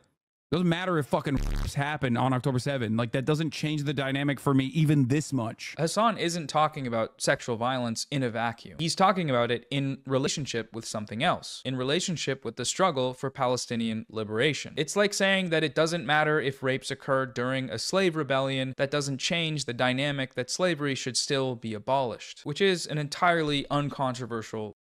I don't always say, you do actually know to be good faith in any of this. I've said why I think he's being bad faith. Okay? As much as a pedophile word. statement, if you're against slavery, of course. Some noted that the UN report called for further investigation into these alleged crimes, and that's true, it did. However, further investigations have been repeatedly denied by only one party, and that party is Israel. Why not put the responsibility and blame right? There is evidence. There is evidence of rapes. You said there was no evidence of rapes, Chris Perez, and that's not true. There is evidence of rapes. There is. That's just true. There simply is. Even the UN... No, you're wrong. There is. It's not there's no evidence. The UN themselves, I believe, didn't they have... Like, now we have to go look at... I remember I read the part that talked about the rapes last time this came up. So, senior UN officials tell Security Council that there is reasonable grounds to believe conflict-related sexual violence occurred in Israel during October 7th attacks. What I witnessed in Israel were scenes of unspeakable violence perpetrated with shocking brutality, Miss Patton recalled. Detailing her methodology, she said her team met with families of hostages and members of communities displaced from several kibbutz. It conducted confidential interviews with 34 individuals, including survivors and witnesses of the 7th October attacks, released hostages, first responders, and health and service providers. It visited 4 attack sites, as well as the morgue to which the bodies of victims were transferred, and reviewed over 5,000 photographic images, 50 hours of footage of the attacks. It was a catalogue of the most extreme and inhumane forms of killing, torture, and other horrors, including sexual violence, she stated. The team also found convincing information that sexual violence was committed against hostages, and has reasonable grounds to believe that such violence may still be ongoing against those in captivity. This is from the UN. I'm as close to my mic as it gets. I don't know what you mean get close to your mic. I can turn my mic up. Okay, I'm trying that.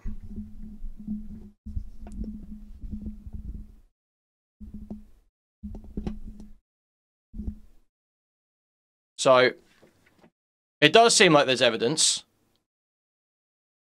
of sexual assault. Seems like you're totally wrong there. Now, the problem is, Israel want to keep the scale vague. They don't want people investigating anything. They want to keep the scale of their wrongdoing vague so that they can minimize it. And they want to keep the scale of Hamas's wrongdoing vague so that they can maximize it. But it seems like there's evidence. What do you mean it seems like there's evidence? What do you mean it seems like there's evidence? What do you think is happening here? You realize witness testimony, that's evidence, right? You realize video, that's evidence, right? If a UN senior official who's conducting a report has pored over witness accounts, video footage, and seen bodies in the morgue, and is telling me there is good reason to believe that there has been sexual violence, then yeah, it seems like there's evidence of sexual violence. Like, what more do you want than that? What more do you want? You want the video? You want the rape video? Like, I don't know, what do you mean you want some evidence? There is evidence. You go look at the videos of women's fucking bodies stripped from the waist down.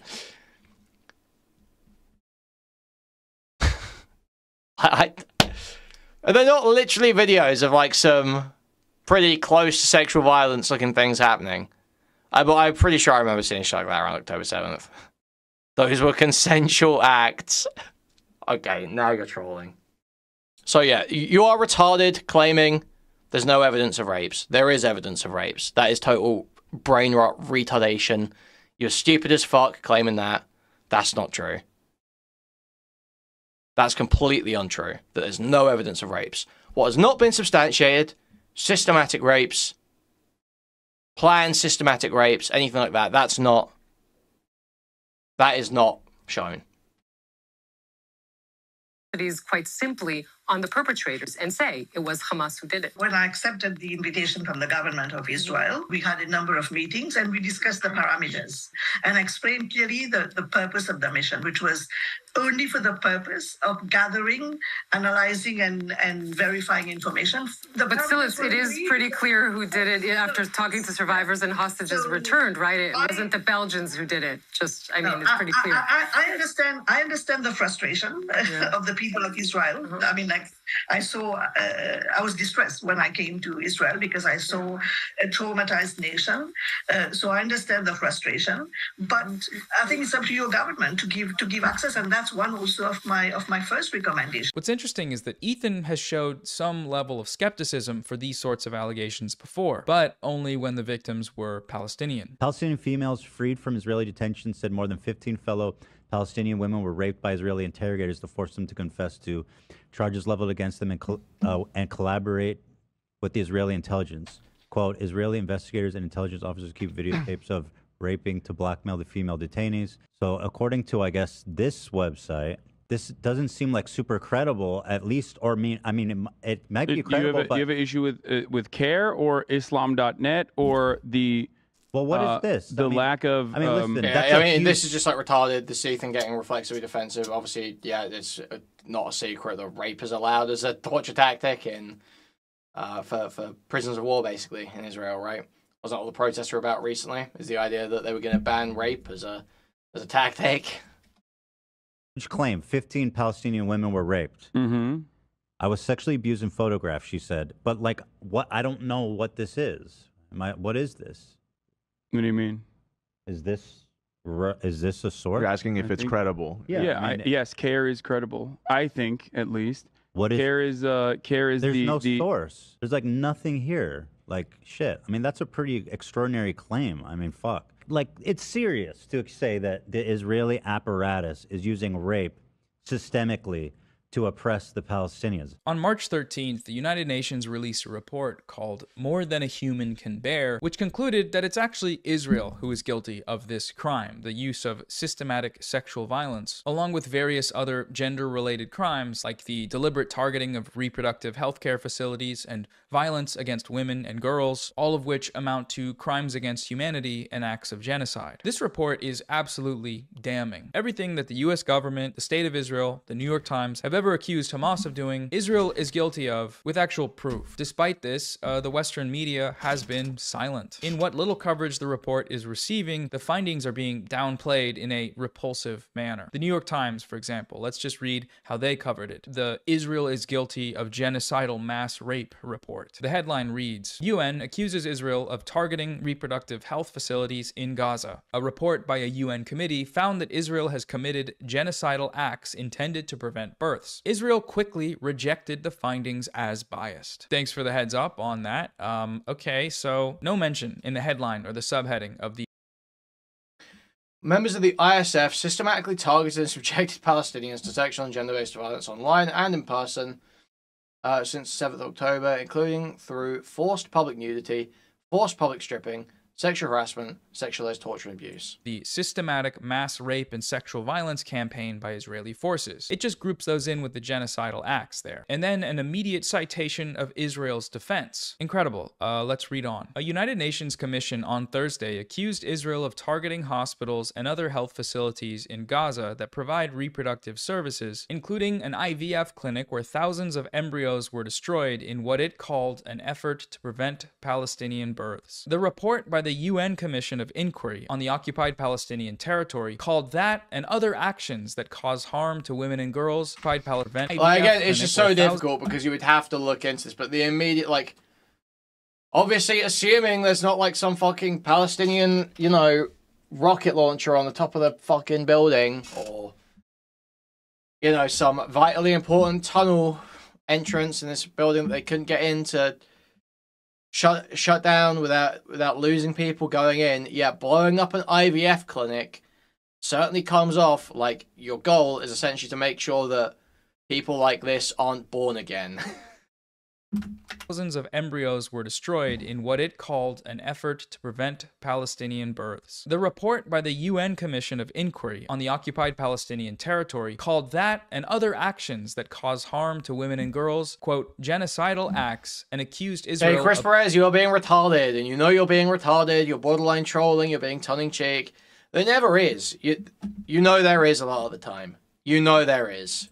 Punishing Palestinians collectively for the Hamas-led October 7th, 2023 attack that killed 1,200 people. So that's how the New York Times reports mass rape campaigns from Israel. Other actions. Other actions. Which other actions? Mass rape? Weaponized sexual violence? Credible evidence to allegations this time? No. You'll have to wait a bit to hear about those. First, the IDF is speaking. Israeli officials have long accused the Rights Council of singling Israel out, arguing that UN officials and committees condemn the country with far greater frequency than it does dictatorships like North Korea. In February, Gideon Sa'ar, the Israeli foreign minister, said Israel would stop participating. Yeah, Noah used to be trendy with his mullet and mustache, and now he's doing this awful like soul patch and shit. It's Council terrible. accusing it of demonizing Israel. The United Nations is Hamas. The United Nations is anti-Semitic. That's what Israel told us, and we're going to tell you what they told us uncritically because the New York Times. The first time the word rape is used in this article isn't until 15 paragraphs in, and then when it's used, it's immediately followed with reporting that the accused were not ultimately indicted for any sexual offense, and that Israel says it doesn't do that actually, and that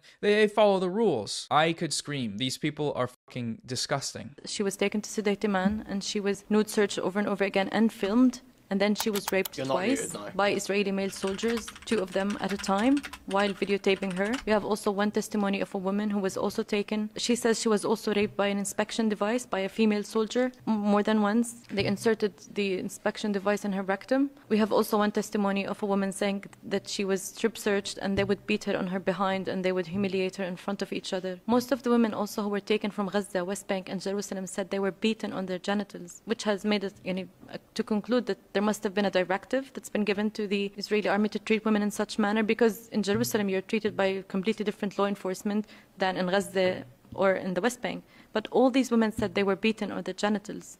And I could just add on about the women who were forcibly disappeared in Gaza, like I said before. Sorry, wait, I need to run this back. This is an important claim. I need context on who this even is.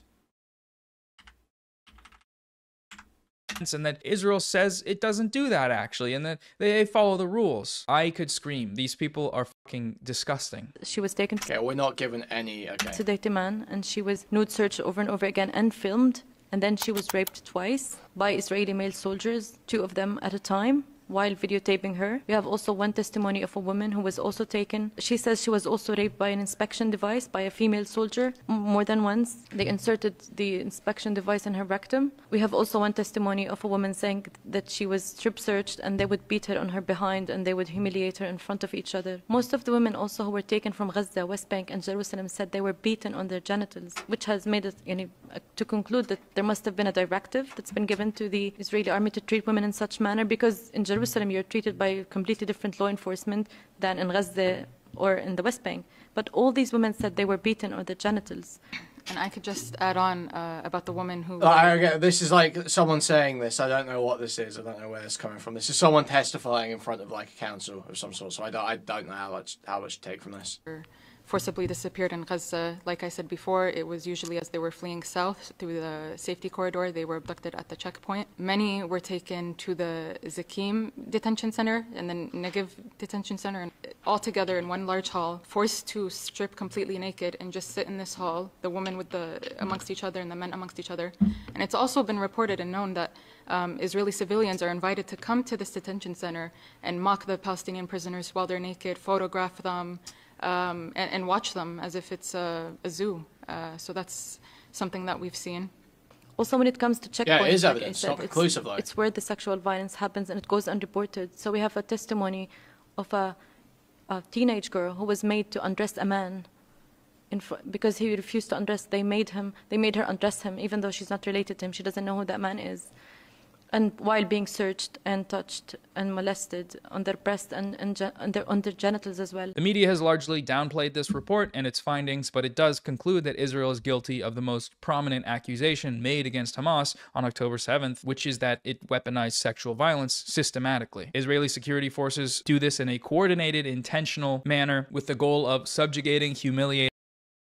So, I mean, the reality is, though, that, I mean, there's like proven rapes, right? And then Ben-Gvir just said that, I mean, it's in service of national security, fuck you. Right? So, I mean, even if one of these is not true, the fact is that there isn't like a clear policy against this, it seems. Security forces do this in a coordinated, I mean, there just isn't a clear policy against this. Intentional manner with the goal of subjugating, humiliating, and collectively punishing the Palestinian population. Will the people in this smear campaign acknowledge the existence of this report? Will they acknowledge that their unverified accusations against Hamas are verified actually by this report against Israel? I personally doubt it, but who knows? It's serious to say that the Israeli apparatus is using rape systemically to oppress the Palestinians. The other piece of Zionist propaganda cited by Ethan in his video was his downplaying of the Nakba. He has participated in overt Nakba denial before. 1948, the War of Independence is called in Israel. Others know it as the Arab-Israeli War. So I just want to note here that Ethan gave this supposed war 2 names there, but he missed one, the Nakba. And the Nakba is a very relevant and very apt name, because the fact of the matter is that when this supposed war happened, the Palestinians had no real organization, no real funding, no really significant armed groups or leadership to protect them to fight back against the Zionist colonists, while the Zionist colonists had for a very long time organized terrorist groups, militias, etc. among them, which were extremely well funded by international organizations that they had formed, which were dedicated to funding and fomenting the Zionist colonization of Palestine. Hence, what Ethan Klein calls a war here actually started out as mass killings and expulsions by an organized military against the people who did not have one. The Nakba, contrary to the narrative of Ethan and Hila here, began before the intervention of the nearby Middle Eastern Arab states. It was a reaction to it, in fact. By the time of the Israeli Declaration of Independence, more than half of the people who were expelled in the Nakba had already been expelled. After the partition plan to split the Palestine into a part Arab, part Jewish, as many of you probably know, every Arab country around Israel waged a war you guys think. of You guys are freaks.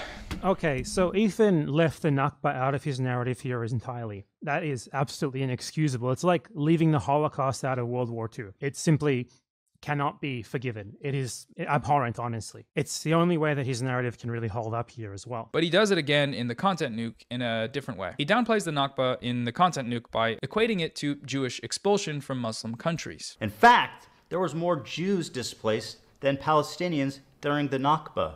1 million Jews. This is done with misinformation, so he lies by omission regarding the nature of Jewish immigration to Israel. But even if he hadn't, this is on its face a piece of Zionist propaganda. Because being a refugee does not enshrine upon you some right to steal other people's land and make them refugees. That's what the settlement of Israel was, and any equivocation between that and... Okay, I don't want to even bother with the fucking history shit. It's just so gay. Other factors is a... Skip. Targeting US and UK ships. Also evident in the fact that during the ceasefire, quote unquote, Jews own you, Jews won back in the day, sorry, Jews own the land, you lost. No, seriously, it's just like, you have to deal with the situation as it exists at the time, right? Civilians that are there, they have a right to be there. You can't just go back like 100 years and be like, oh, well, I don't think you did it right back then, so all your kids now get raped and die. Like, no, fuck that. That's retarded. You just look for the best outcome from the civilians, that are there at the time, citizens that are there. quote ceasefire that Israel violated over 1,000 times, the Houthis stopped the attacks, and they only started them up again when Israel started completely starving out the Gaza Strip, fully restricting aid. And in defiance of the starvation blockade, the US and the Saudis started bombing in Yemen and killing children.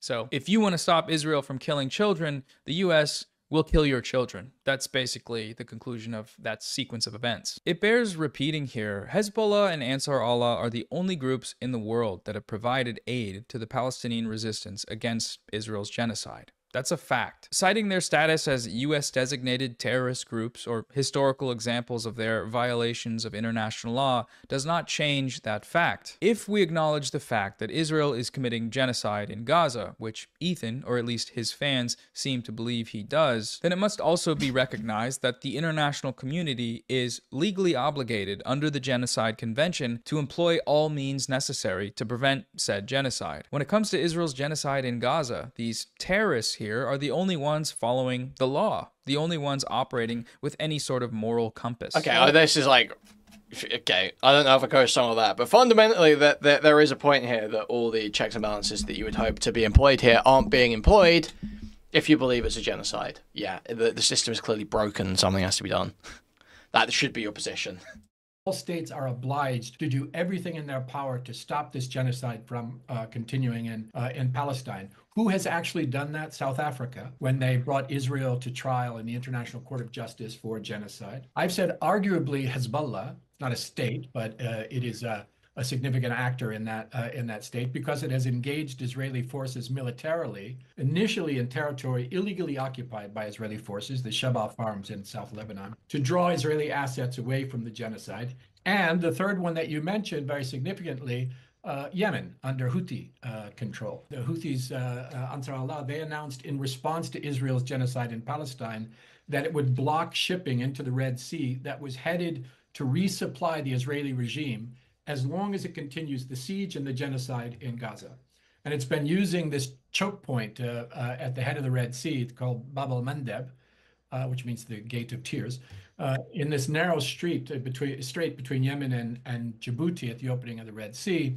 And they started this targeted partial blockade in November of 2023 when the genocide started by boarding an Israeli ship, and then they sustained the blockade until the announcement of the most recent so-called ceasefire. At that moment, the Houthis... I AFK'd for a second. Is there anything important I missed? The ceasefire was going on, demonstrating that they were doing this as a humanitarian intervention in order to meet what the International Court of Justice has said is the responsibility of all states, and what the General Assembly in its implementing resolution has confirmed is the responsibility of all states to do everything in their power to stop the genocide and the siege that was being imposed on Gaza. You know, some ships avoided the blockade by sailing around Africa, but most of them couldn't. So the major shipping companies stopped sailing to the Red Sea.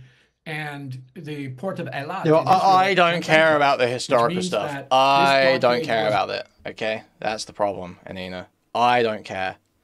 It's not relevant to my prescriptions, okay? Working, it was... And I'm not going to pick through and spend ages fucking getting autistic about every fucking detail about who wronged who in history with chat for a point that I don't fundamentally care about. Was denying the Israeli regime many of the goods that it needed to continue the siege and to continue the genocide in Palestine. The United States, aka the terrorist designators, meanwhile, are the ones doing the terrorism. They are aiding and abetting a genocide with billions of dollars in arms shipments to Israel.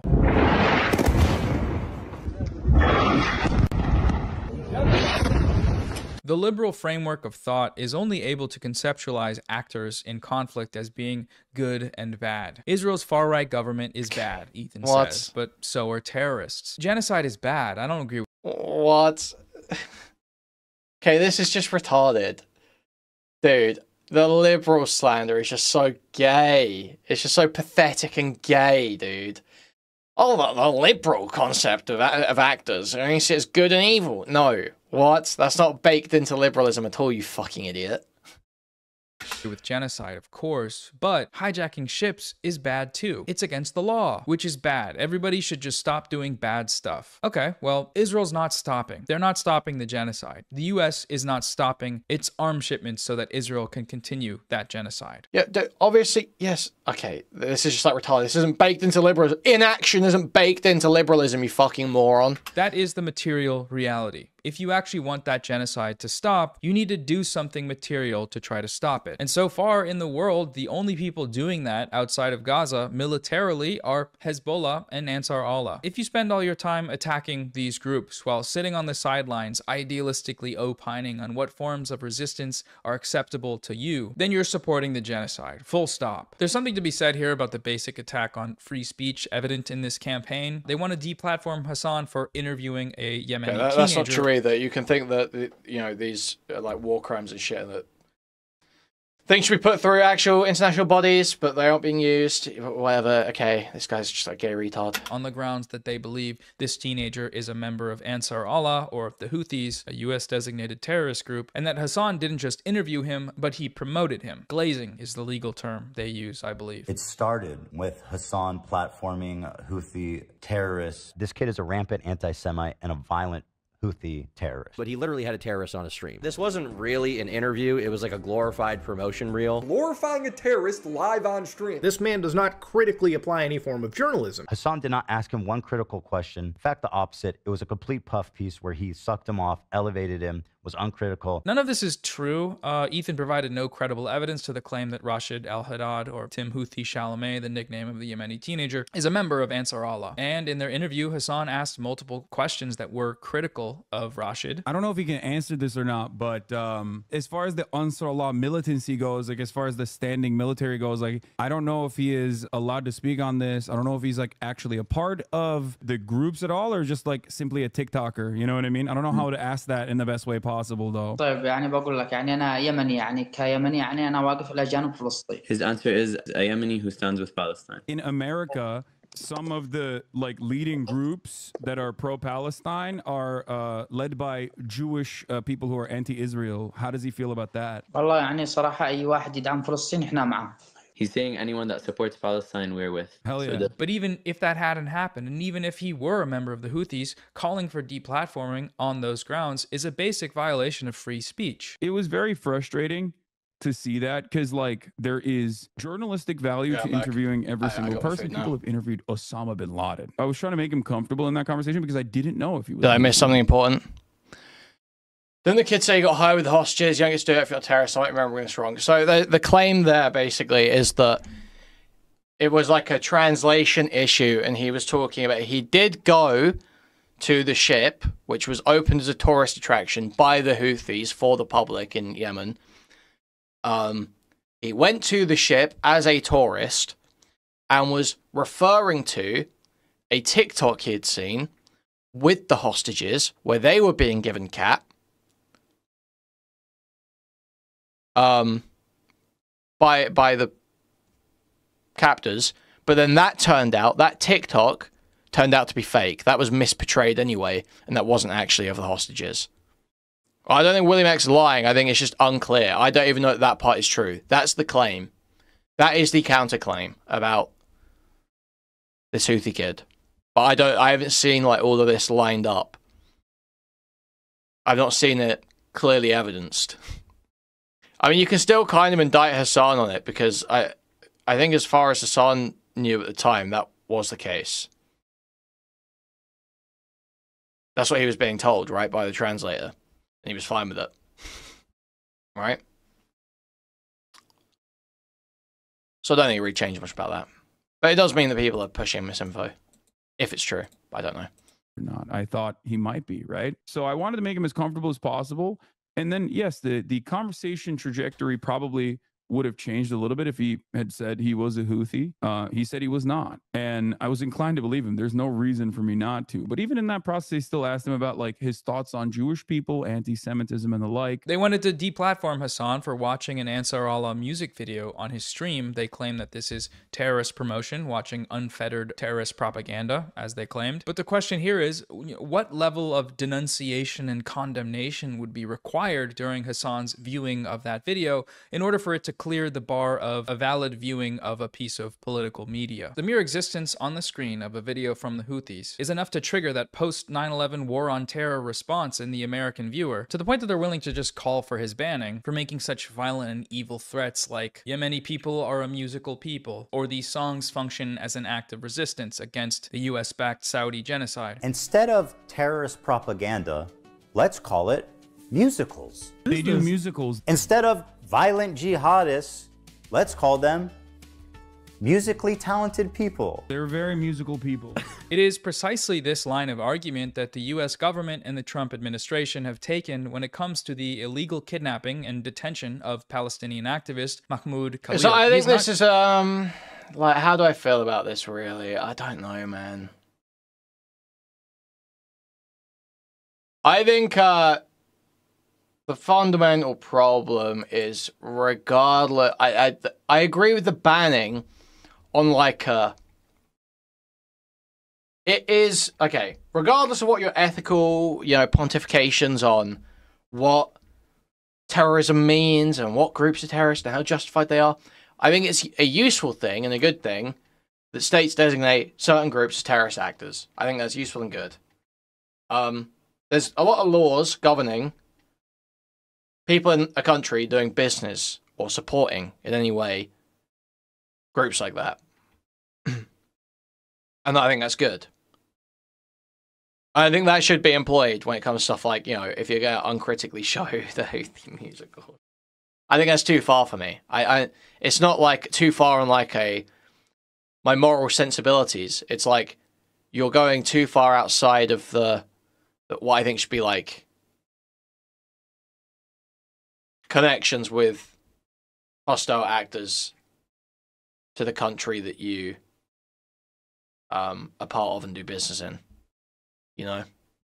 So I do think it's kind of ban-worthy, to be honest.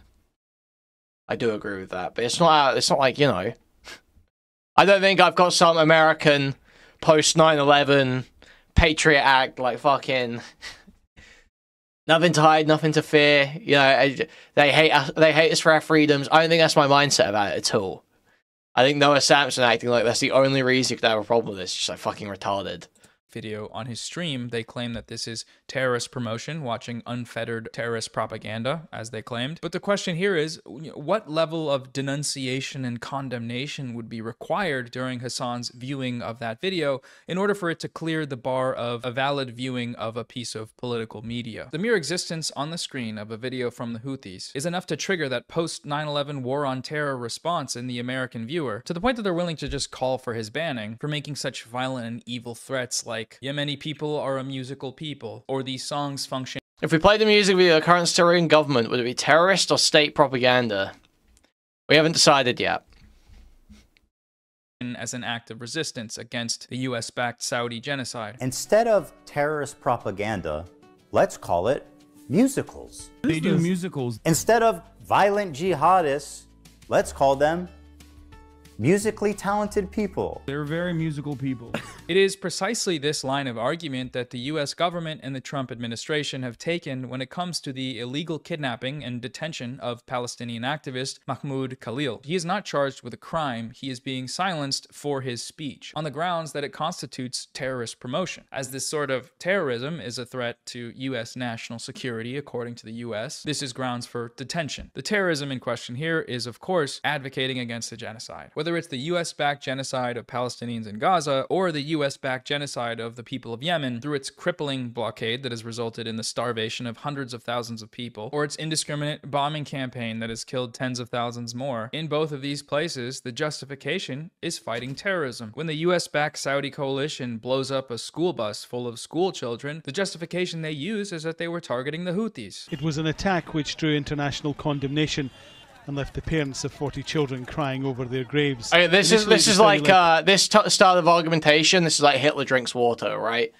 This is like, well, people use terrorism to justify lots of bad things, so everything justified with terrorism is like, no, that's not.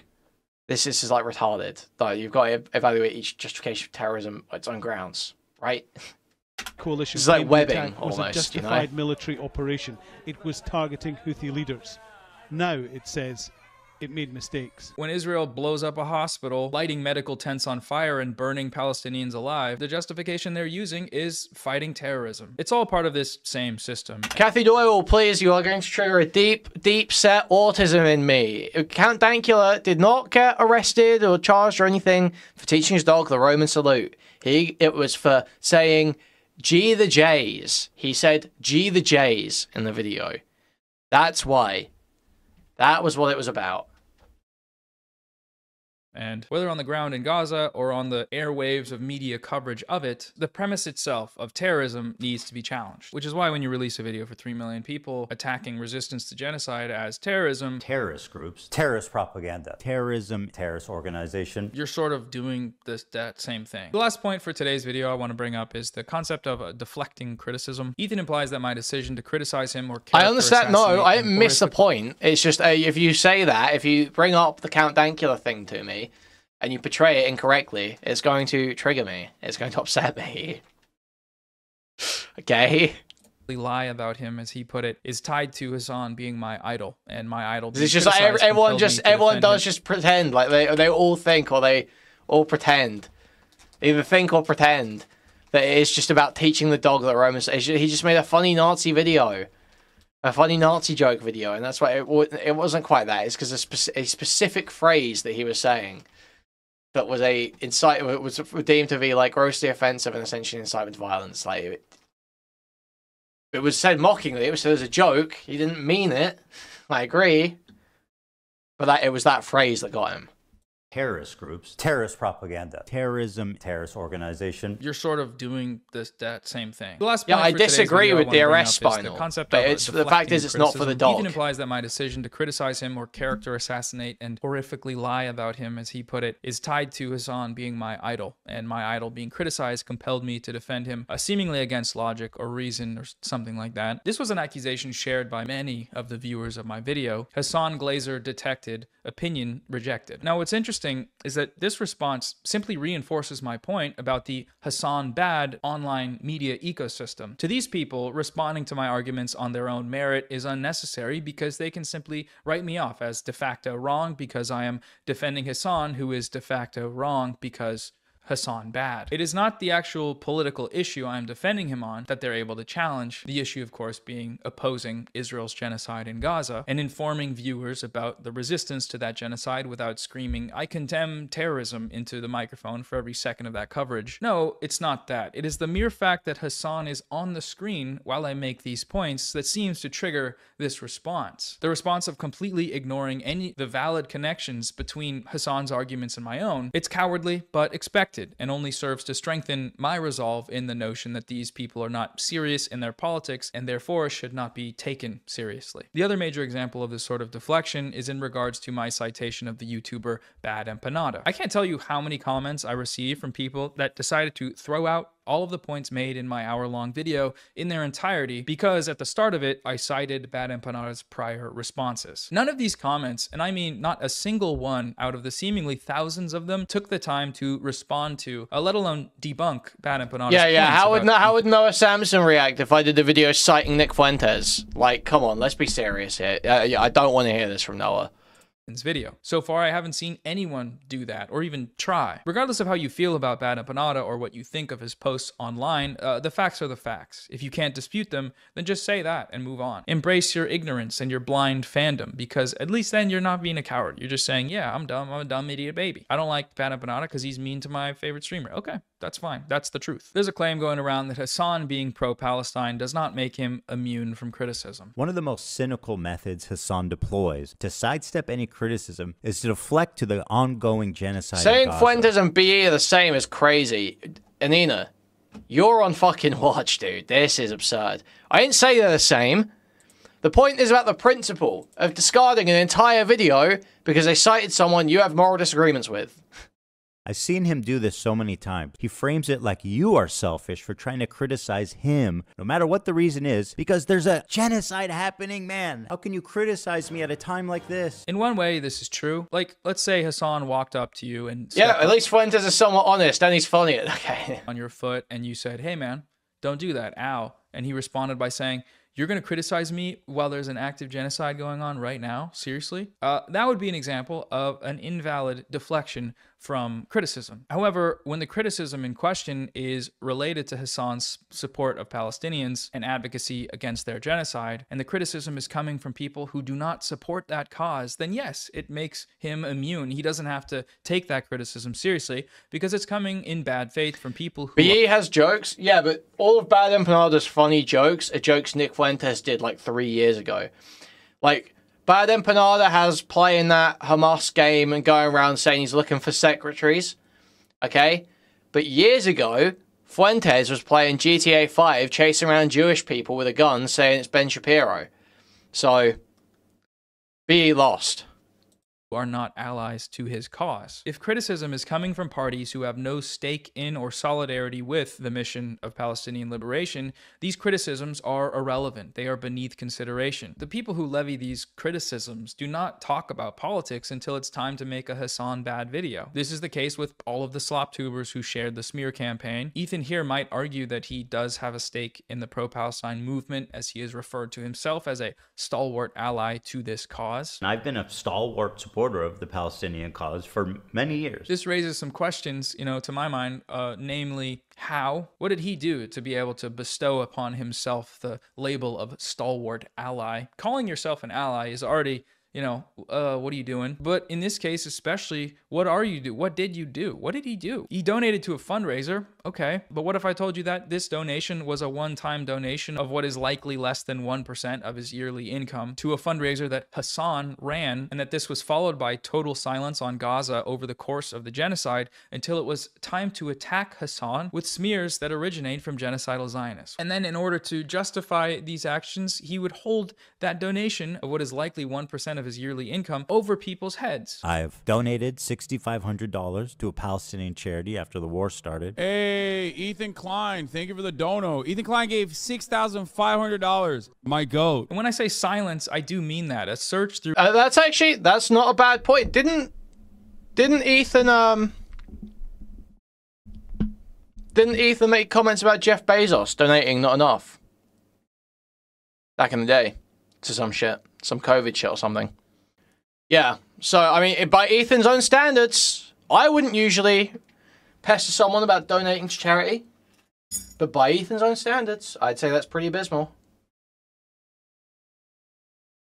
Through every episode of the H3 podcast, which is Ethan's most significant form of content creation in the span between October 7th of 2023 and the release date of his content nuke, you can count the number of times Gaza is mentioned on one hand. Most of the time, it's not even brought up by Ethan. It's brought up by his producers, and then when they bring it up, barely a breath is spent on the topic. I'm not interested in handing out or revoking allyship badges, but I do think if someone is using that label on themselves while actively working against the cause. I would love to know what Noah Samsen has done. To be fair, I don't know that he's even arguing that you have to do anything.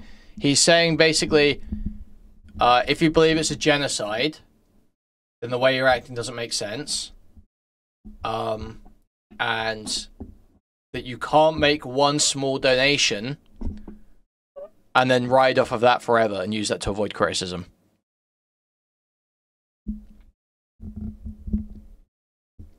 Right.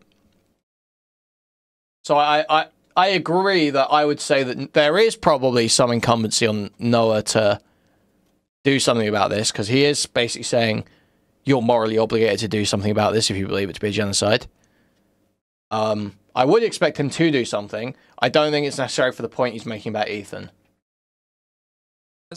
This needs to be exposed and understood so that we can stop including them in the conversation. I realize that for those of you who are already aware of how he's doing this, I'm just doing that now by talking about him, and you're welcome to criticize me for that. That's who I'm willing to listen to criticism from, people that actually care about this issue. But I do think there are a good amount of people, in his audience especially, that just can't really see what he's doing. People who might otherwise be allies to the cause are being misdirected into liberal Zionism. And I do think that's worth exploring, at least for a certain amount of time. Now, while all of this vitally important influencer discourse was going on, somewhere else in the world, there were other developments. On March 17th, Israel carpet-bombed sleeping Palestinians in Gaza at 2 a.m. in one of the most bloody massacres since the genocidal onslaught began 17 months ago. Over 400 Palestinians are confirmed to have been killed by this act of Israeli terrorism, and over 1,000 more injured. They killed more children in a single day than in any day in Israel's history. This came after 17 straight days of a complete siege on any humanitarian aid from entering Gaza. They had already been breaking the ceasefire repeatedly over 1,000 times, something which the US media continually whitewashed, but this attack was Israel's formal unilateral destruction of the ceasefire, slaughtering hundreds of starving children in their sleep. This record-breaking child-killing event was celebrated in Israeli Telegram channels with hundreds of thousands of members. In response to a video of a Palestinian girl mourning her mother that was slain by Israel, the Israelis wrote, "Cry, you whore, a whore, 1,000 whores. Cry as long as you can until we get to you too and eliminate you together." This is just like lame, to be honest. Like, yeah, I'm sure Hamas and Israelis, or extremists on both sides, say crazy stuff in group chats. It's like, it's the same with Russia and Ukraine. You know, you see Ukrainians dehumanizing Russians, and then you see fucking Russian messages posted where they're talking about raping Ukrainians. Like, yeah, this is what I expect. With your ugly girl. To a video of a child in Gaza collecting his parents' remains, someone replied, "A young piglet vigorously collects hot and fresh litter to break the fast." The very next day after this massacre, Israel blew up a cancer hospital, the Turkish Friendship Hospital, the only hospital in Gaza specializing in treating... You're saying except Israelis say it everywhere, not just Telegram. Yeah, that's the case for all of them. I don't want to tell you. Just look around the social media. Your algorithm's just only feeding you the Israelis because all you care about is Palestine. Okay? Cancer patients. They just blew the entire building up. It's rubble now. The IDF said that the hospital was a Hamas compound, but it was actually an IDF compound. They raided it at the start of the genocide, kicked everyone out, and have been using it as a military base for the past 16 months. If we're gonna make this about good and bad, generally speaking, the people blowing up cancer hospitals are not the good guys. So if this is what's gone on in the first 3 days of Israel's full breaking of the ceasefire, why am I, instead of talking about that, talking about what some idiot Zionist influencer thinks? And there's a few reasons, but first, you know, look, the last time I framed a video about Gaza around... Dude, Chris, you are such a fucking loser, man. This is the stupidest trolling I've seen in my fucking life. I've been in the Telegram channels. Not even the most radical Hamas fighter would say that about a child. Shut the fuck up.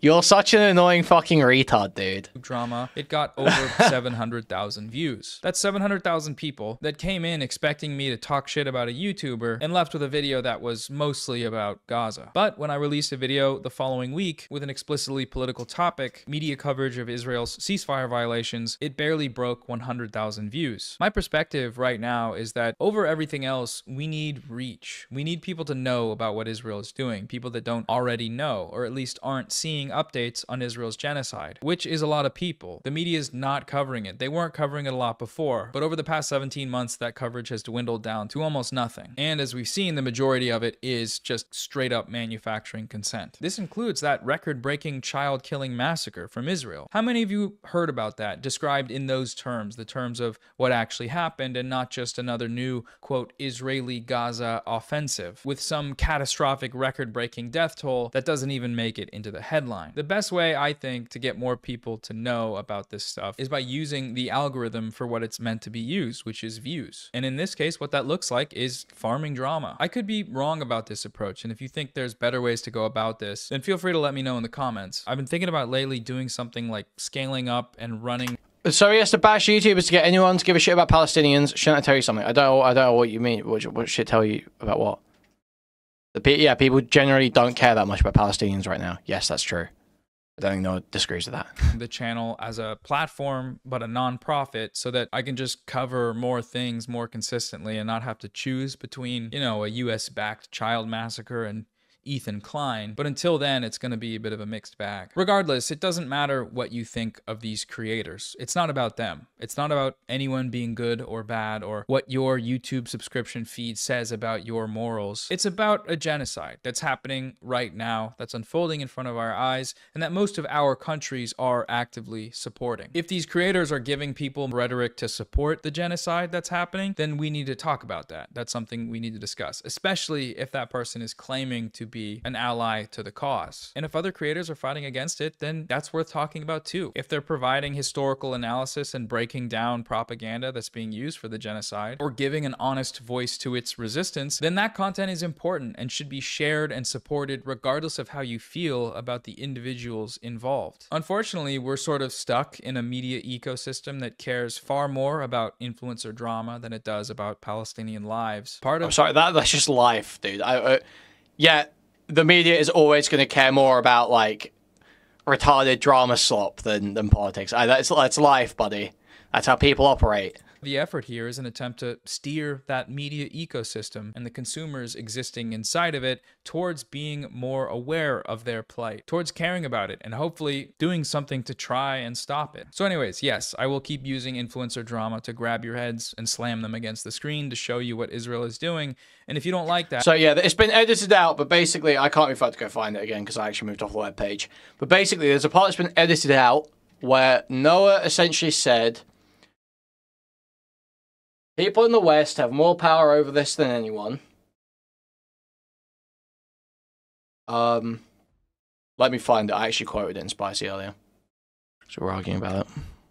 Well, not arguing, really. He said, basically, protesting isn't enough. It's time to escalate. That's all I'm saying. That's what he said. So, a very lightly veiled call to violence. Tell your favorite influencers to stop using their massive platforms to back a genocide. Tell them to stop spreading genocidal propaganda, lying about... Yeah, he edited it out, so he bent over. He bitched out. Because I would find it kind of... I do find stuff like that kind of funny once in a while. But only if you stand on it, and he's not standing on it, which is very embarrassing. She had a news article about the British woman who saw paragliders and thought it was Hamas invading her town. Okay. I mean, it is veiled. But sure thing, retard. Keep spazzing out. You're just objectively wrong. It's very clearly veiled. He doesn't say, go do violence. He says, it's time to escalate. What escalation means? That's in the eye of the beholder. That's the veil. It's obvious where he's headed. You read into it. Okay. Yeah, he said physical access to them and protesting doesn't work. But I don't think that was about the YouTubers, right? I think that was about it was about corporations and shit. Was it about YouTubers? Like, someone link me the timestamp if you want to make claims about this. I didn't hear that part, so. You stop using the R word. My girlfriend is autistic. She's getting triggered. Okay. He wants you to... Noah Samsen wants you to rape Turkey. But yeah, he's edited out, so that's gay. Lona has the clip on his Twitter. Let's see. Okay, let's watch this. People living in the West have the most power over anyone else in the world to stop the genocide. We are living in the belly of the beast. We have direct geographical, physical access to the politicians, the propagandists, the weapons companies, and the supply chains. Yeah, okay, he does say propagandists, but I don't think that's about YouTube. This is how I read it at first. He's pretty clearly, when he's grouping in propagandists with like weapons companies and shit like that, I think he's talking about like major media. I'm pretty sure that's the indication here. I don't think he's talking about YouTubers. I don't think that's the implication at all. Living in the West have the most power over anyone else in the world to stop the genocide. We are living in the belly of the beast. We have direct geographical, physical access to the politicians, the propagandists, the weapons companies, and the supply chains that are facilitating this genocide. Protesting is great. We should keep doing that. But also, you know, I feel like we have to be honest with ourselves. 17 months in, and what is protesting? You could, okay, here's an argument I'm taking, but I don't think he meant, I do not think he meant to imply YouTubers. However, I will agree 100% that the way it's worded, yeah, that can be read, and yeah, that's kind of wild. It can be read that way, 100%. Very, very, not like in a, it's not like difficult to read it that way either. It's very, very easy to read it that way. People living in the West have the most power over anyone else in the world to stop the genocide. We are living in the belly of the beast. We have direct geographical, physical access to the politicians, the propagandists, the weapons companies, and the supply chains. He's just doing stochastic terrorism. Okay. How do I say this? Do you think the courts are working in America right now? Because I understand we want to be really anti-stochastic terrorism. Do you feel like there's good... I'm not saying stochastic terrorism is okay. Making that clear, first of all. Not saying that. I'm not saying terrorism is okay or anything like that. I condemn terrorism in all its forms, frankly. Me personally, I condemn terrorism strongly. Okay? Now, what I will say is, if international bodies aren't working, are the courts working in the US? Do you feel like democracy is staying alive? Or do you feel like everything's getting completely fucking raped right now? You have to engage with that. And you have to start thinking about at what point might your position on something like that change? What circumstances? And when Noah, from Noah's perspective, Noah's understanding of the world and my understanding of his morality, he's at that point. Now, do I necessarily agree with him? No. I condemn terrorism in all its forms. However, I don't have a huge amount of energy for it. I do not have a huge amount of energy for it at all. Because I don't know. I don't know where stuff's headed. I don't want to be in the Palantir black site in the hormone, the Chinese hormone milking machines. I don't want to be getting whipped by drones to dig and refill holes for a meal voucher. Do you? Why, shit's fucked. I'm not going to condemn, I would not condemn Noah for that thought process. I'd condemn his actions, obviously, but I would not condemn his thought process. I feel like I understand where he's at. You're totally being added to 25 lib SJW owned video. Everyone in those videos will be given a medal in the future. Friday.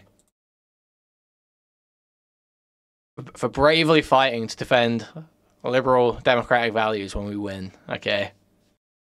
Anyway. Okay, look. Okay. There are differences between the courts. Yankoi, that comment. That's what I'm replying to right now. I get that. I don't believe... What happens, truly, if a court decides something that Trump doesn't want and they actually clash on it? And it keeps escalating. Where does that go? Where does that end? Yeah, you get resigned, all this shit, yeah. So he keeps cycling people through. Keeps cycling judges through.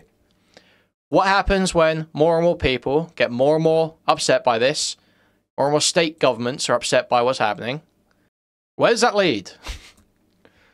I think Americans should be aware of that at this point, to be honest. Like, everyone will bend the knee. I mean, we're talking about past the Supreme Court at this point, Pastor.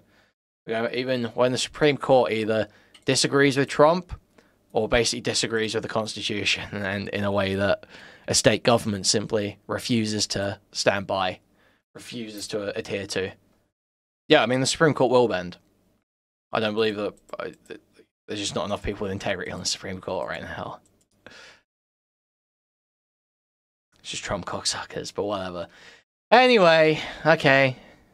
Let's find something else to watch for a minute, and then I think at some point later on, we're going to be on Kick playing Kazan, the new Souls-like. I'm playing a Souls-like, guys. Isn't that awesome? I'm finally bending the knee to your gay, retarded opinions. No, this one's just epic. Did you get early access? Yeah, I did. I played the demo last night, and I was just like, fuck it. This is fun. Oh, wait, I didn't finish this clip, did I? That are we got hung up on the presentation of who he was targeting. Let's finish it, though.